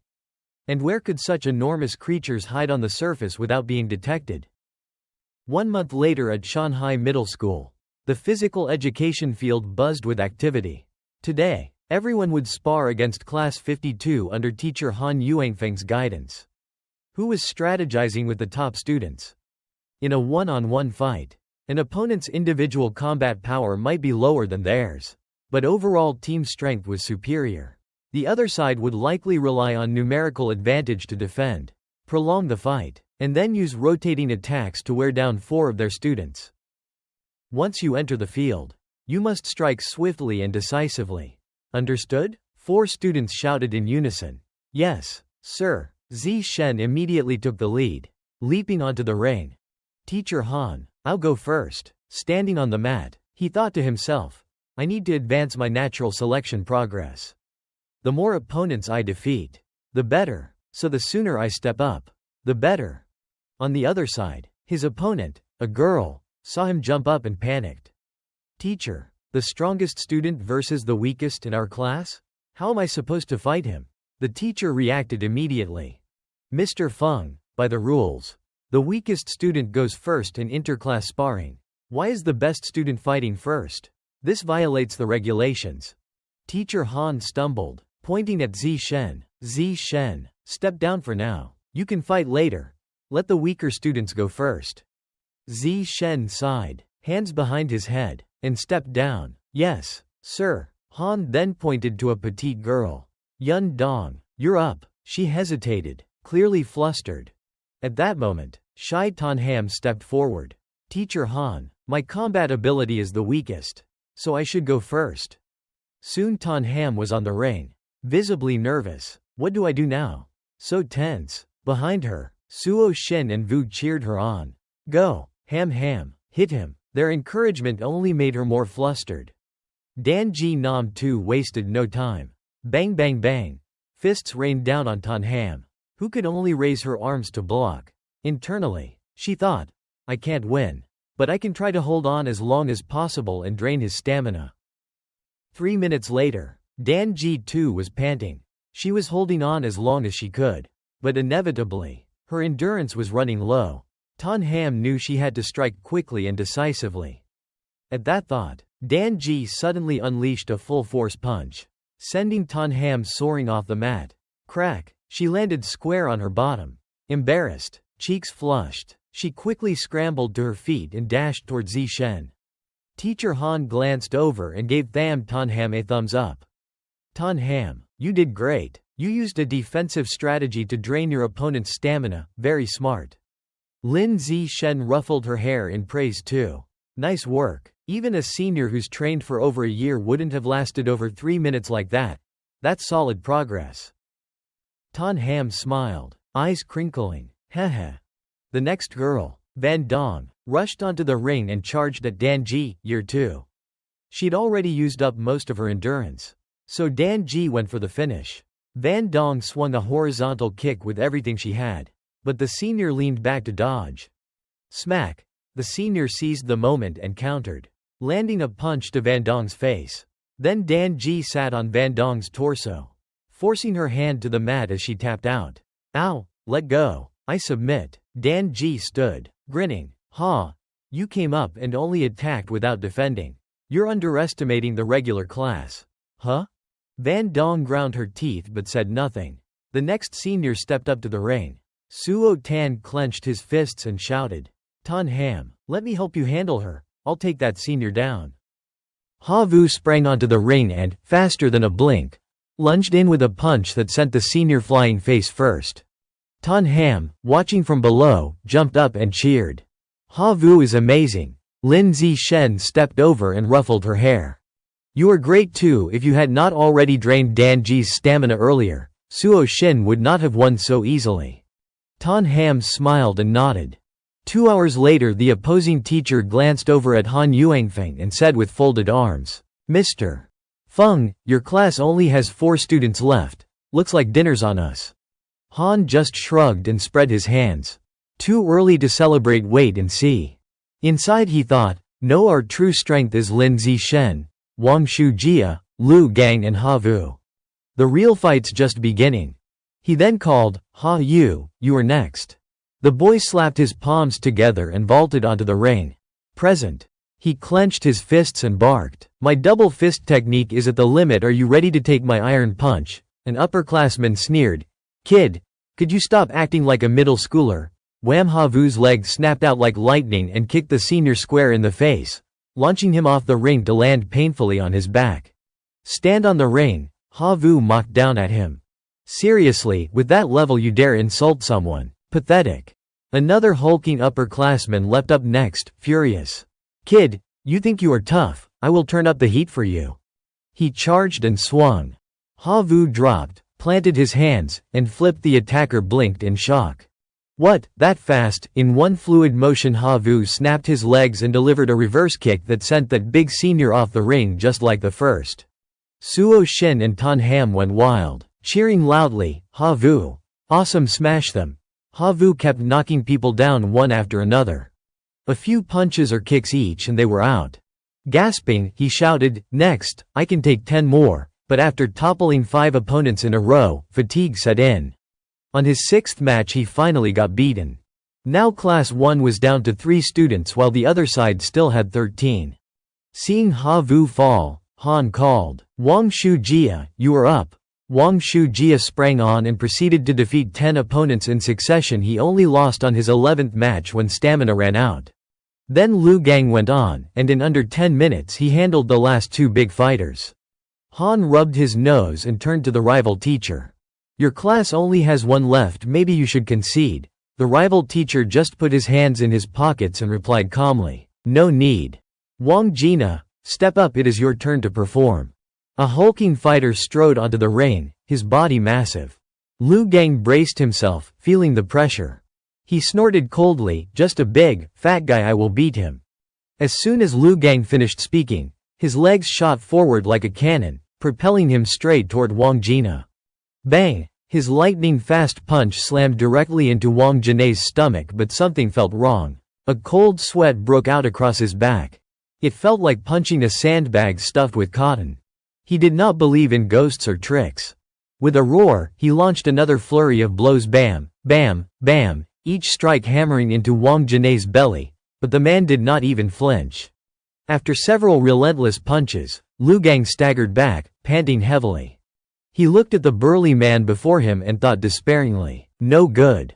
Too much fat, too much meat. I can't even make him move. Wang Jina finally lifted a massive hand. You done yet? If you are done, it is my turn. In an instant, Lu Gang was grabbed by the throat and hoisted into the air like a helpless chicken. Crap, I can't breathe. This guy's strength is insane. With a thunderous boom, Wang Jina hurled him off the ring as easily as tossing a toy. Teacher Han's eyes widened in disbelief. That is not right. I do not recall anyone that strong being in your class. The rival teacher smirked. Oh, him, he just transferred this semester. No wonder you did not recognize him. Looks like this time, you are the one losing. Do not forget our wager. Whoever loses treats the other class to dinner. Han's face twitched, his fists clenching as he muttered through gritted teeth. So that is it. Wang Jina is their trump card. Even Lin Zishen won't be able to take down that monster. I have been played. Still, he forced a strained smile, patted Lin Zishen on the shoulder, and said, Your turn, Zishen. Treat this as a learning experience. Do not worry about winning or losing. Zishen grinned and turned toward the ring. Do not worry, Mr. Han. I will win. Han froze for a moment, stunned by his confidence. As soon as Zishen stepped onto the stage, Wang Jina squinted at him. So this skinny kid is supposed to be their best fighter, does not look like much. He chuckled and said aloud, Hey, Junior, I am not the type to bully the weak. From below the ring, Tan Ham, Suo Shin, and several girls shouted angrily, You fat jerk, do not underestimate him. Zishen's gonna beat you. Yeah, you just wait, you porky pig. Zishen, teach that overgrown hog a lesson. Wang Jina froze at the words overgrown hog. His eye twitched. Alright then, kid, he said, forcing a grin, I will just stand still. Go ahead and hit me as hard as you can. That way, your fans won't accuse me later of picking on someone smaller or winning unfairly. Zishen scratched his head awkwardly. Okay. Bam, bam, bam. Wang Jina patted his round belly with both hands, like beating a drum. Alright, come on, Junior, I won't move an inch. Hit me with everything you have got. In the next instant, Zishen shot forward like a thunderbolt, his fist tearing through the air. Boom! The sheer force of the blow crashed into Wang Jina's gut, and his eyes bulged in shock as his massive body spun through the air. With an earth-shaking crash, he hit the ground outside the ring face first, raising a thick cloud of dust. Everyone stood frozen, staring at Wang Jina's motionless body as if waking from a dream. Then the entire gym erupted. Zishen won, he won, cheers exploded from every direction. Mr. Han was so overjoyed he nearly cried. Meanwhile, Wang Jina slowly sat up, dizzy and disoriented, rubbing his head. Huh, why am I down here? What just happened? This does not make any sense. It is scientifically impossible. The upper-grade teacher walked over and patted Mr. Han on the shoulder. Teacher Fong, that student of yours, Zishen, is incredible. He knocked out Wang Jina with a single punch. Honestly, he is almost on par with that high school prodigy, Wu Tiantang. Hearing that, Mr. Han smiled wryly. That is not necessarily true. That kid Wu Tiantang was not normal. Back in high school, he nearly scared the principal to death. His performance was absolutely monstrous. At that moment, Zishen approached and raised his hand. Teacher, who is Wu Tiantang? Mr. Han waved his hand dismissively. He is an upperclassman from several years ago. Back when he was just a freshman, he defeated the entire elite class by himself. The school administration was terrified of him. Then Mr. Han raised a finger, his expression growing serious. When he was in high school, he could run 100 meters in under 6.12 seconds, jump vertically almost 4 meters, and lift 650 kilograms with one hand. Tell me, who would not be scared of that? Zishen scratched his head awkwardly. That is kind of terrifying. Inwardly, though, he thought, pretty impressive. Almost caught up to how strong I was back in 6th grade during summer break. The scene shifted to Mingyang restaurant. Mr. Han raised a large bottle of cola and shouted, Thanks to Zishen, we managed to defeat the second-year normal class. Their homeroom teacher admitted defeat and treated us to this meal. Everyone stood up and raised their glasses. To Zishen. Students from the surrounding tables echoed in unison. Zishen's the best, Brother Shen's invincible. Soon, several classmates gathered around him. Brother Shen, how do you usually train at home? Do you have any secret tips? Oh. And Brother Shen, we are not friends on WeChat yet, add me, okay. After defeating the second-year class, Zi Shen had become a school celebrity. Classmates swarmed around him, eager to talk. He felt a little shy about all the attention, but Tan Ham remained the same as always. Worried he might not get to eat with everyone crowding him, she kept picking food and putting it into his bowl non-stop. Then, suddenly, she stiffened as if something strange had hit her and quickly stood up. Tiu Shen, I am going to the restroom for a bit. She hurried off, leaving Zi Shen staring after her. Still, what did not change was the uncontrollable urge to pee he felt in that very moment. In the girls' restroom, Tan Ham exhaled in relief as she stepped out of the stall only to overhear two classmates gossiping about her. Tan Ham poured drinks for Lin Zi Shen and even peeled shrimp for him. Such a suck-up. She looks like some servant girl, always waiting on him hand and foot. Yeah, with her level of skill, the only reason she is in the top class must be because she is his bootlicker. I doubt it will last long, though. Their difference in abilities too big, they will drift apart soon enough. Standing nearby, Tan Ham clenched her fists. She took a step forward and said firmly, I am not sucking up to anyone. The two girls jumped, startled by her sudden appearance. Tan Ham turned away, adding quietly, I am his childhood friend. Later, as they walked home, Zi Shen noticed her gloom. Ham, you look down. Something happened. She forced a smile. When I was little, my mom said I would stop wetting the bed when I grew up. But even now, I still do it every night. I can't sleep without wearing a diaper. It is so embarrassing. Her voice trembled slightly as she looked at him. Tiu Shen, I feel like I am disabled, like there is something wrong with me. Zi Shen looked straight into her eyes and said with quiet conviction, you are not disabled. He placed his hands on her shoulders and added seriously, the ability to hold it in is your superpower. It is just that your power has not fully awakened yet. Hearing what Zi Shen said, Ham's eyes lit up. A superpower. He nodded with complete confidence. That is right. It is a superpower. Your natural talent with water shows that potential. It is a manifestation of that very ability. Tan Ham suddenly seemed to realize something. Then, Tiu Shen, you have been amazing since you were little. Does that mean you have a superpower too? He chuckled, gently patting her head as they walked. Yeah, I have got one too, just like you. Curious, she asked, if I really do have a superpower, I wonder what kind it would be. Zi Shen glanced back at her with a soft smile. Definitely something incredible. Just then, a commotion caught his attention. Over here, the three officers are surrounding someone. Put the broom down. We are exterminating the rats for public safety. Please cooperate. An old man holding a broom was furiously attacking the three police officers. Stop, do not kill my brothers. His bloodshot eyes blazed as he screamed, you killed my brothers again.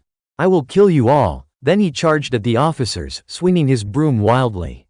Tan Ham gasped in fear. Tiu Shen, that man's crazy. Zi Shen stepped in front of her protectively. He is probably mentally ill. Looks dangerous. Taking her hand, he pulled her away. This is what mental illness looks like. Let us just go home. She nodded quickly, still shaken. Night fell. At Lin Zi Shen's home, the family sat together on the couch watching TV. Last week, a young female priest went missing after leaving the academy and still has not been found, the newscaster reported. Zi Shen's mother frowned. Another young woman gone missing, that makes 4 this month, does not it? His father corrected her, no, 5. You are forgetting 1. The anchor continued, all 5 missing persons are young women. Authorities are urging attractive young women to avoid going out at night, or at least travel in groups and steer clear of isolated areas. Zi Shen's mother turned to him. Tiu Shen, things are getting dangerous out there. Do not let Ham go out alone, you hear me? He forced a reassuring smile. Do not worry, Mom. I will look after her. The scene shifted to Shanghai City, District 20, 20th Precinct Police Department. A doctor pushed open the interrogation room door and stepped out. Inside, the old man from the night before sat in handcuffs. One of the officers asked, so, what is the diagnosis, is he mentally ill? The doctor shook his head, spreading his hands. Still undetermined. I have been trying to communicate with him, but he has not spoken a single word, like he is mute. The officer frowned. Mute, that is strange. Back at the market, he was screaming non-stop. Suddenly, a chill ran down the officer's spine. He glanced back toward the interrogation room. Inside, the handcuffed old man began to twitch violently. A wave of feral, bestial energy surged through the air. Boom! In an instant, his body contorted and exploded outward, transforming into a massive, mutated rat. The officer immediately shouted into his radio, "Emergency! Send a combat droid to the 20th precinct now. Subject in interrogation room is mutating into a giant rat." The doctor's face went pale. Terrified, he spun around and bolted for the door. Bang, bang, bang. The police opened fire on the gigantic mutated rat, bullets cracking into its body. A busty female officer sprinted up behind them, shouting, "Chief Headquarters says all the reformed mech units are already out on missions. It will take about 10 minutes for reinforcements to arrive. We do not have the ammo to hold it here." The captain barked orders at his team. "Get to the car now. We will lure it out to the outskirts and stall for time until reinforcements come." He spun and led the rush to the vehicle. They slammed the doors shut. The officer behind the wheel stomped the gas and tore away. Sirens screamed and the mutated rat lunged after them in a furious chase. "Faster, lead it toward the mountain so the mech crews have more time," the captain ordered. Headlights flashed, sirens wailed, and the monster smashed through a rock face in pursuit. Chunks of stone blew into the air, striking the police cruiser, which spun wildly and slammed into a cliff. The female officer was thrown about inside, hung inverted from the wrecked door, dizzy, thinking, "We still did not make it in time." The giant rat came up to the overturned vehicle, threw back its head, and let out a howl. Then boom, a massive explosion hit the creature. A mech-enhanced woman swooped down from the sky, her left arm raising as a barrage of rockets erupted from her frame, locking onto the target. The missiles slammed into the mutated rat, detonations shredding it, hurling it across the ground. Smoke roiled up from the crater. The woman peered down into the pit. "That rat even dug a hiding hole," she muttered. "They are getting smarter." Still, judging by the mangled flesh scattered around, it could not have gone far. "I can still track it down and finish it," she said. 300 a.m. The city slept under a blanket of dark. Lin Zishan was still hunched over his computer. He had been writing for more than half a month, posting around 4,000 words a day. His story was close to 100,000 words now, and his income had already topped 10,000 yuan. There were still scenes he had not uploaded. He figured the numbers would climb if he published them. Thinking about potential profit kept him awake, so he slipped out to an alley with no cameras to test his latest training gains. In that quiet lane, Lin sprinted like a bolt, 100 meters in 3.43 seconds, a long jump of 7.22 meters. Progress was visible. He landed lightly and thought, "If I keep improving, someday my body will be something else entirely." Suddenly he sensed movement and glanced into the dark of the alley. Someone sat there, chewing. A wet, unsettling sound came from the man's mouth as he ate. "Brother. Forgive me, brother. I did not mean to eat you. I am so hungry. I will make offerings every year," the man muttered while tearing into a rat. Lin's scalp prickled. A human rat. Could the giant mutated rat from the news have escaped and turned into one of these people? He decided instantly he had to get out of there and alert the police. He spun and ran. Behind him the rat man spotted him. The creature babbled in a ragged, half-human voice, "Brother. We do not have to eat you anymore. I can go eat people now." Then it lunged forward, bounding like a thing glued to the walls, its feet kicking off brick and plaster in a jerky, spidering run as it chased him, growling to itself. "Meat. Coming. I want to eat meat. I want to eat people. Eat people." Lin Zishan froze inside, horror clenching his gut. That thing was fast, impossibly fast. There was no time to dodge. Seizing a moment as the mutant rat charged, Lin Zishan spun and flung a kick, a desperate, all-or-nothing gamble. Wham! The mutated rat took the blow and flew backward. It scrambled up with a gurgling sound, clutching its chest in pain, thinking to itself, "This is supposed to be a puny schoolkid. How could he have so much force?" Then its eyes fixed on something in his hand. With a savage snarl it sent a rock flying. It struck the creature squarely on the head. Then came a rapid hail, one stone after another from Lin Zishen's hands. Thunk, thunk, thunk, the night air cracked with impacts. As he kept throwing, Lin Zishen thought coldly to himself, "Can't give it any chance to fight back, I have to finish it now." The monstrous rat was pummeled by the barrage like it had been hit with shrapnel. Crimson gore burst, leaving countless gaping holes across its body. After a final flurry of strikes, Lin Zishen slowed, gasping, exhausted. "Not moving anymore, huh," he said, breathing hard, watching the creature lie still. The huge mutant rat had been reduced to a steaming, pulpy mess after his bombardment. The heat from all the impacts sent up little wisps of white smoke. Lin Zishen stepped forward and poked at the sodden heap with his hand. Is it dead, he wondered. If he could ingest its original life essence, that would prove it was truly finished, but only 2% seemed a little meager. The system panel flickered into view. You have devoured a small amount of the giant mutant rat's primal life. Giant mutant rat glyph, 7%. It had been 5% before. Could that difference come down to which rat king genes the cultists had, or how fresh the specimen was? After absorbing what he could, Lin Zishen turned to leave. "Dawn's breaking. I should not hang around here," he muttered, and walked off. A short while later, a girl in mechanized armor traced the scene and descended to the spot. She stared at the gory puddle with her hands on her hips and murmured, "Who took down this rat man?" Night. In an old, crumbling building, a tall young man hoisted a woman over his shoulder. Before him a ritual circle had been laid out, white candles forming a ring. He set the woman carefully in the center and dropped to his knees, raising both hands skyward.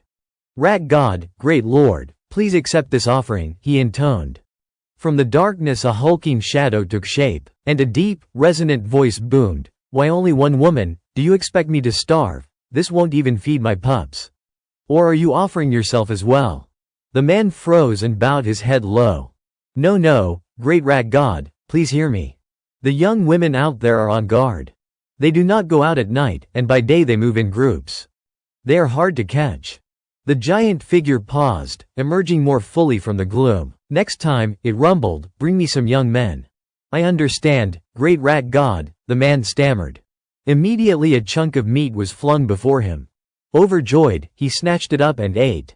"Thank you, honored gift of the rat god."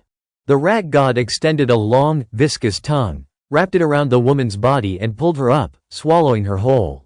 The sound of chewing and swallowing echoed, sickening and continuous. "Next time, stop bringing commoners. They are worthless meat, flabby. I want the high-born, the well-fed. Their flesh is rich and tasty." To help Shen Qinghan improve her martial scores, the two trained non-stop at his place whenever they could.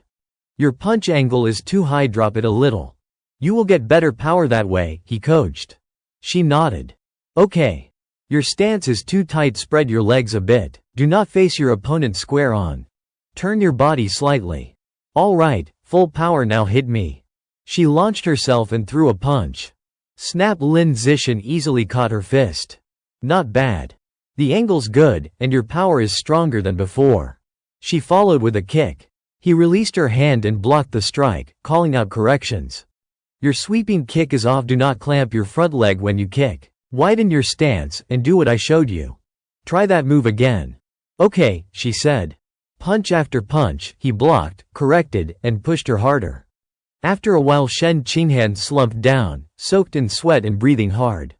"I am exhausted," she panted. "But I can feel my fighting getting stronger." 3 sessions a week is enough, Lin Zishen said, raising one finger. "If you train every day you will burn out. Let us stick with 3 times a week." Suddenly Lin Zishen's phone buzzed. Both of them glanced at the screen. "Is this a special news alert?" they asked. The Maya Mechanical Group announced on its official website that it would provide free treatment for the young mechanical prodigy whose body had been impaired due to premature cybernetic modifications. The genius from Capital University had successfully merged with the genes of a mutated TNE spider, breaking the university's record as the youngest person in history to complete a second gene fusion. "A genius from Capital University," someone murmured. Could it be that child prodigy from the capital years ago? Normally, most people had to wait until adulthood before attempting gene fusion. Otherwise, their bodies could not withstand the strain of the beast genes, often resulting in severe mutations. But this so-called prodigy, now hailed as a genius of Capital University, had managed to undergo a second fusion before even turning 18. What a terrifying level of innate talent, Tuo Shen thought silently to himself. Could gene fusion truly be the superior path after all? Night descended, cloaking the entire city in darkness. Neon lights from the towering skyscrapers glimmered against the night sky. Inside Lin Tuo Shen's home, he sat in front of his computer, scrolling through the latest comments on his work. The hottest ones read, "Wei Wei's 5,000-word rant, what a legend, writing 50,000 words a day. Chen Lele is insane. Zhao Nian's author must have 10 hands. Review complete, no objections accepted. Huang Haixi votes for Dona." As he typed, Tuo Shen murmured to himself, under 2 rounds of Tianren Wei Gen acceleration, after a month of typing drills, I can now easily hit 10,000 words an hour. Spending just 1 hour a day writing won't interfere with training time.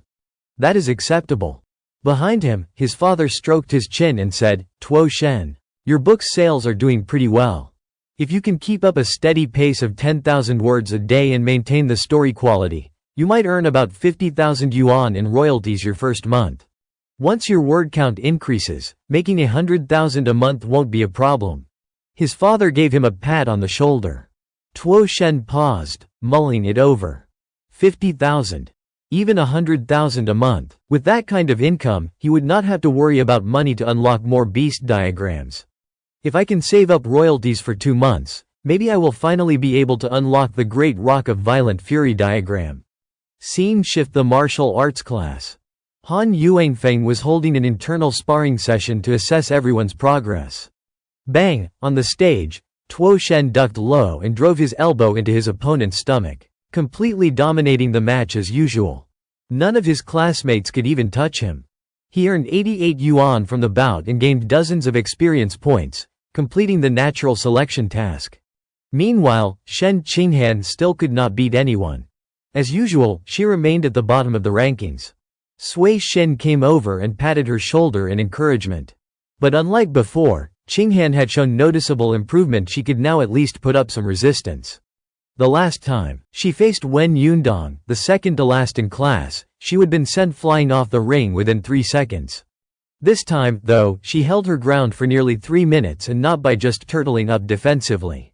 She fought head-on and even landed a solid counterpunch. Han Yuanfeng himself had praised her progress, telling her to keep it up. Then the teacher raised his hand and shouted, "A month from now, we will be challenging the strongest advanced class in the second-year division. Our goal aside from their top 3 will be to defeat every single one of them. Do you all have confidence?" "Yes, sir," the class roared in unison. "Excellent." Han Yuanfeng clenched his fist with satisfaction. Later that day, Tuo Shen checked his phone balance: 80,000 yuan. In just over a month since his novel's release, that was the total he would earn. He headed to the supermarket. "Hello, I would like to buy some Great Rock of Violent Fury meat." "Of course, sir. How much would you like? We are currently running a promotion. If you buy 100 caddies at once, you will get a 5% discount." Tuo Shen paused and thought. "Then I will wait for now," he said. "I will come back when I have enough to buy a full 100 kilos. It is only another month anyway." Scene shift: the next day at school. Qinghan walked beside him down the hallway, chatting cheerfully. "Tuo Shen, the cafeteria just opened a new wing a few days ago. I heard the chefs there are amazing. Want to go try it out?" "Sure," Tuo Shen replied with a smile. When they arrived, 5 or 6 chefs were busy cooking behind the counter. The rich aroma made both of them salivate. "Smells incredible," Qinghan said as they received their trays. "Good thing we came early," she added. "Otherwise, we would be stuck waiting in line." "Yeah," Tuo Shen chuckled. "You are right about that." Just then, voices rose up ahead in argument. "Hey, why are you cutting in line? Get out and line up behind me." "I am not cutting. This spot's being held for my deskmate. You have someone holding a place in line now. You are really trying me, huh? Cutting is cutting, get to the back." "No, I am the one cutting. That is my deskmate's spot."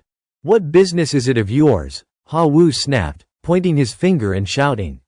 "Are you out of your mind? Your deskmate is sitting right in front of me. Cutting your deskmate's place is no different than cutting in line in front of me." The other guy shot back angrily. Ha Wu was furious. Qinghan covered her mouth and whispered, "Zi Shen, Ha Wu's arguing with someone, should we go take a look?" Zi Shen replied, "Probably not necessary." He shrugged. Ha Wu's swagger and bluster had already scared the cutter off. The man was storming away. But then Ha Wu noticed him whisper something to 3 others nearby.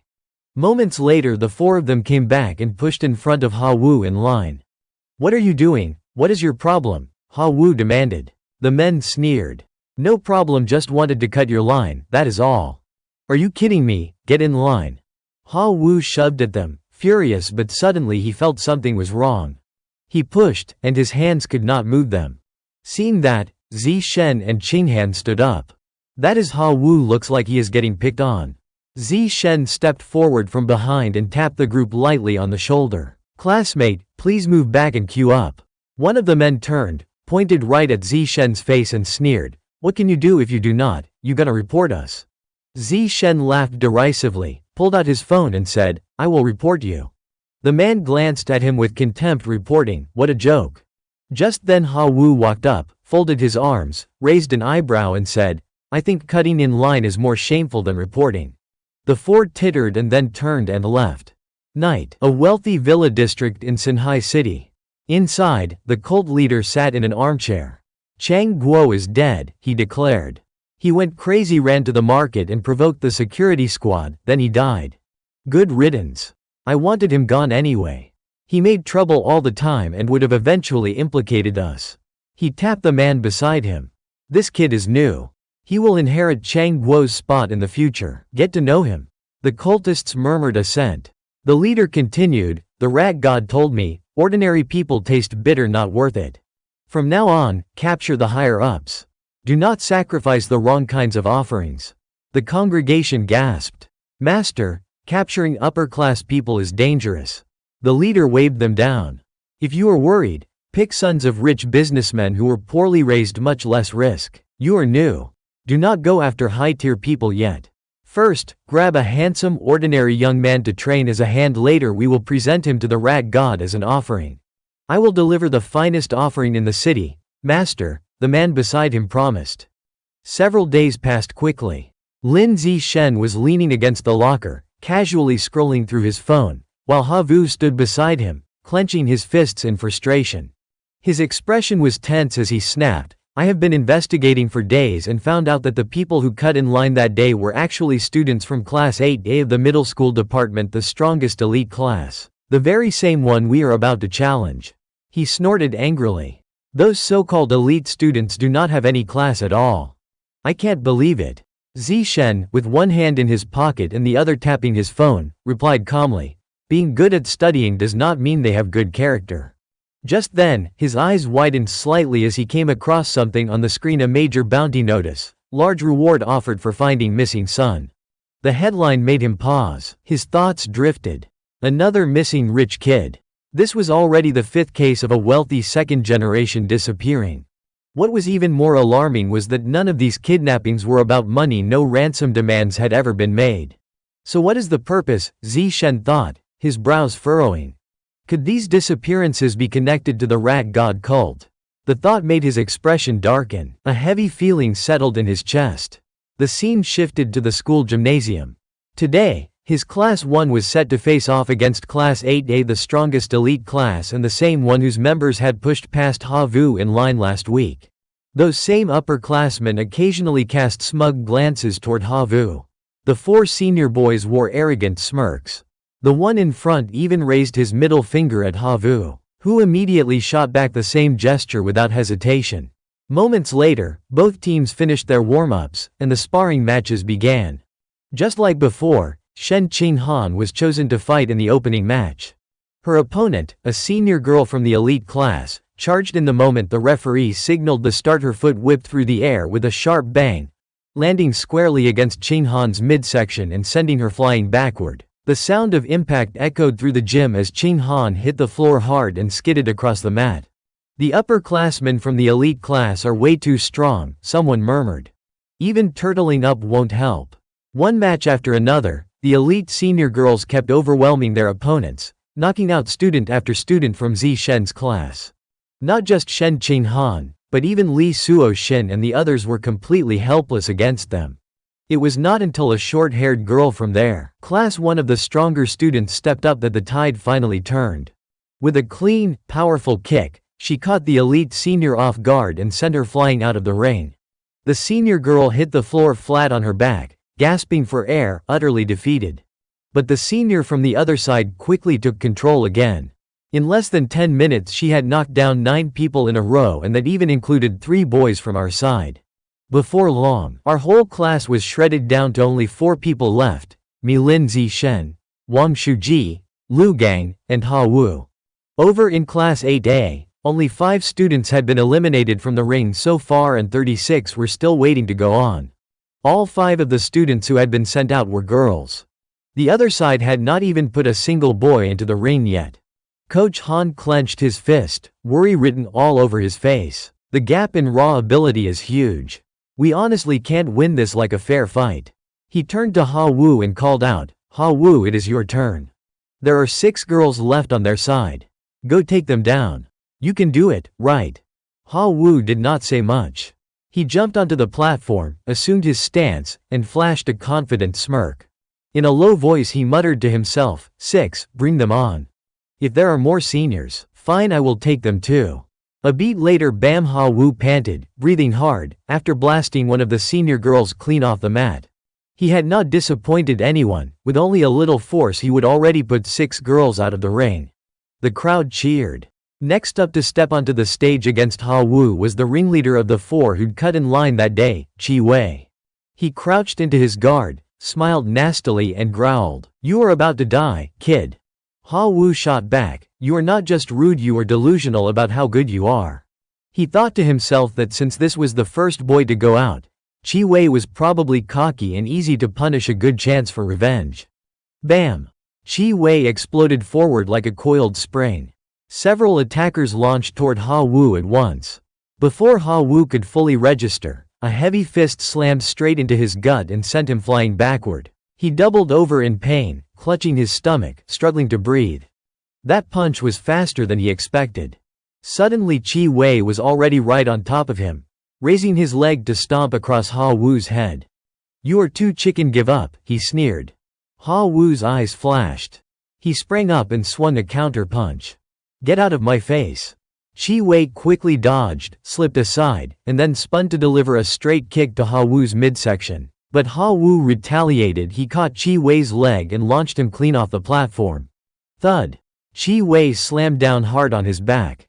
Ha Wu hunched over in pain, thinking, "Damn, that hurt." His strength is definitely not weaker than the other boys, maybe even stronger. He did that on purpose. He came out here to settle the score with me, and I let my guard down.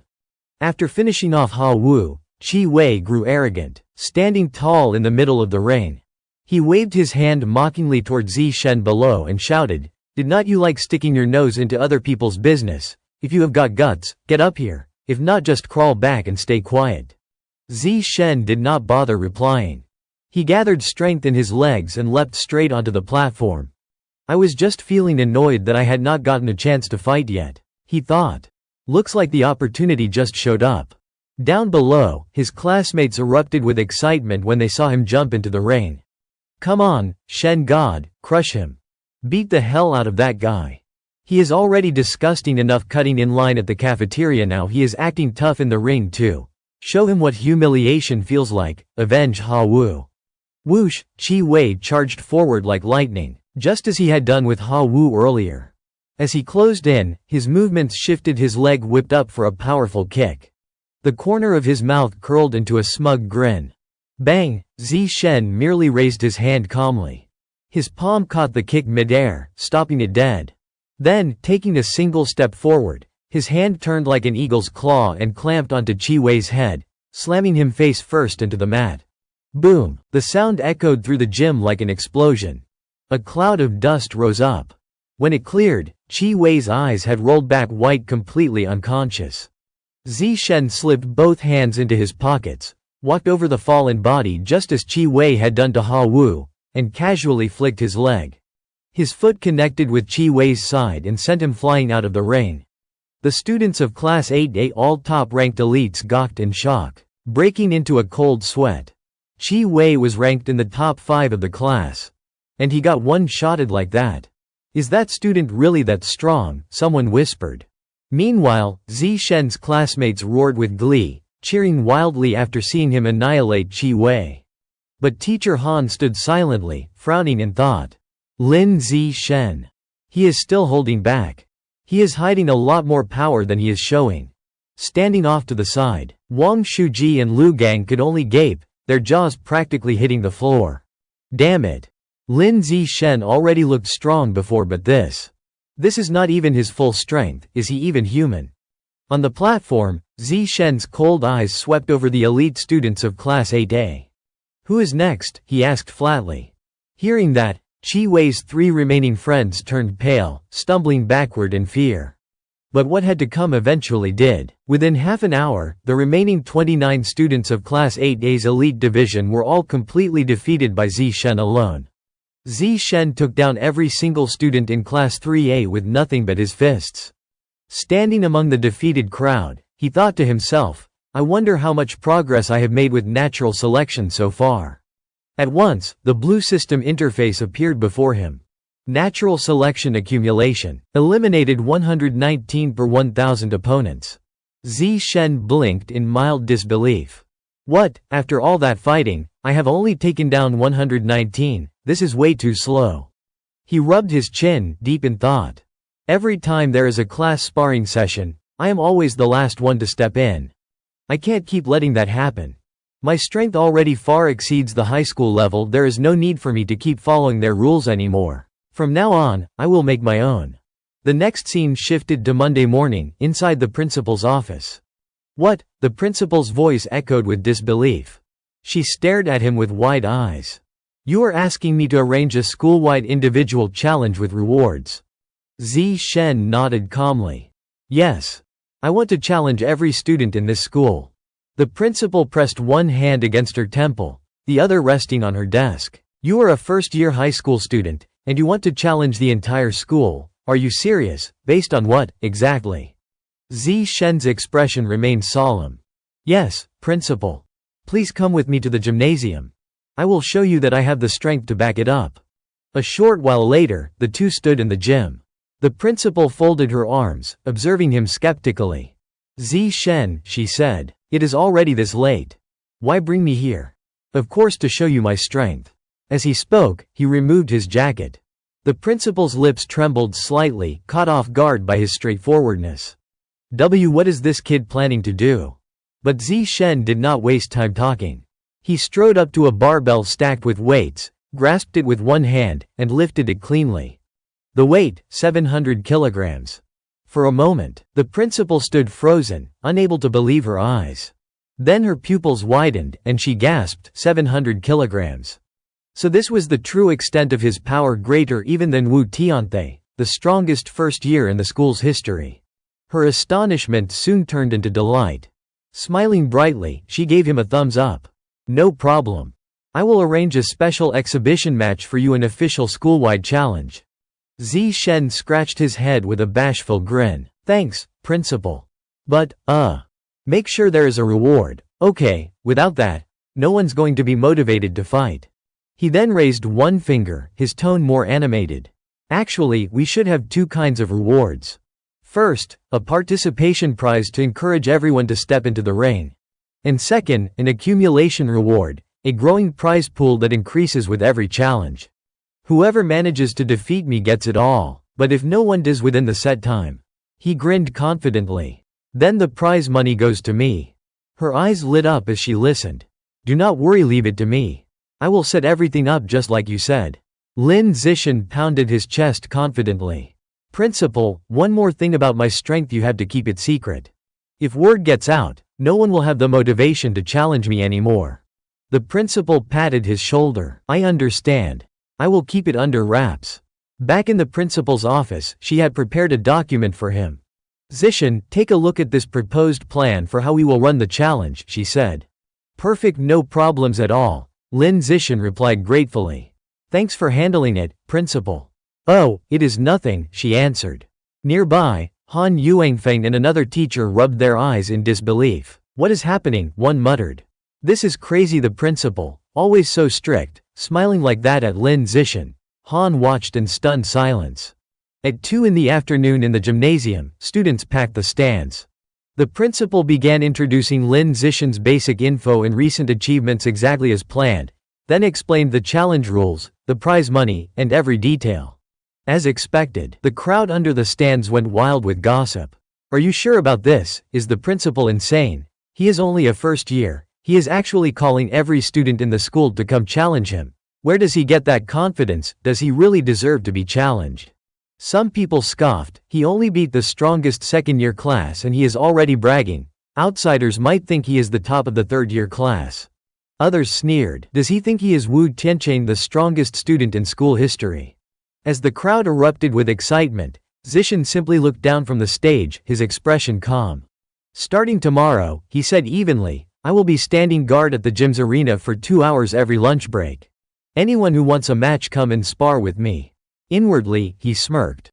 Perfect. Looks like a lot of people want to beat me up. Maybe natural selection will reach its goal faster than expected. As the sun began to set, street lights flickered on across bustling Shanghai city.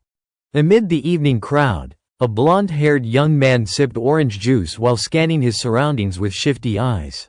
Just then, 2 curvy women sashayed toward him, batting their lashes. Hey, handsome, one purred. You alone, want to hit the bar for a few drinks? The blonde man shot them a disinterested glance. Not interested. Get lost. The women huffed in irritation and strutted off. What a bore. No wonder he is single. The blonde man exhaled sharply. So this is how people in Shanghai city act, huh? He stood in the middle of the street, sizing up the passers-by. All I want is a perfect 10 out of 10 guy. Why have not I found one yet? Not a single decent man's walked by this road. Frustrated, he scratched his head. If I can't complete this sacrificial mission properly, what will the high priest think of me? Am I gonna get cast out of the rat god cult? He clenched his teeth. At first, I thought about grabbing a male celebrity, but they are always surrounded by bodyguards. I am just a new recruit, no way I could pull that off. The mission deadline's coming up fast. What the hell should I do? Just as he was drowning in worry, his gaze suddenly caught something, or rather, someone. Lin Zishan, jogging through the evening streets. The blonde man's eyes gleamed. Well, damn. He is beautiful. Been searching forever and here he is right in front of me. Talk about a gift from the gods. A greedy smile crept across his lips. He is the one. He began tailing Zishan from a distance. After a while, Zishan turned down a narrow alley, deserted and dimly lit. The blonde man's grin widened. His pupils turned black, spreading like ink as his mouth twisted upward. No cars, no people. Perfect. Time to make my move. With a sickening crack, his clothes tore apart as his body swelled grotesquely, morphing into a giant mutated rat. But before he could lunge forward, thud! A brick came flying out of nowhere, smashing straight into his skull. Blood splattered across the alleyway.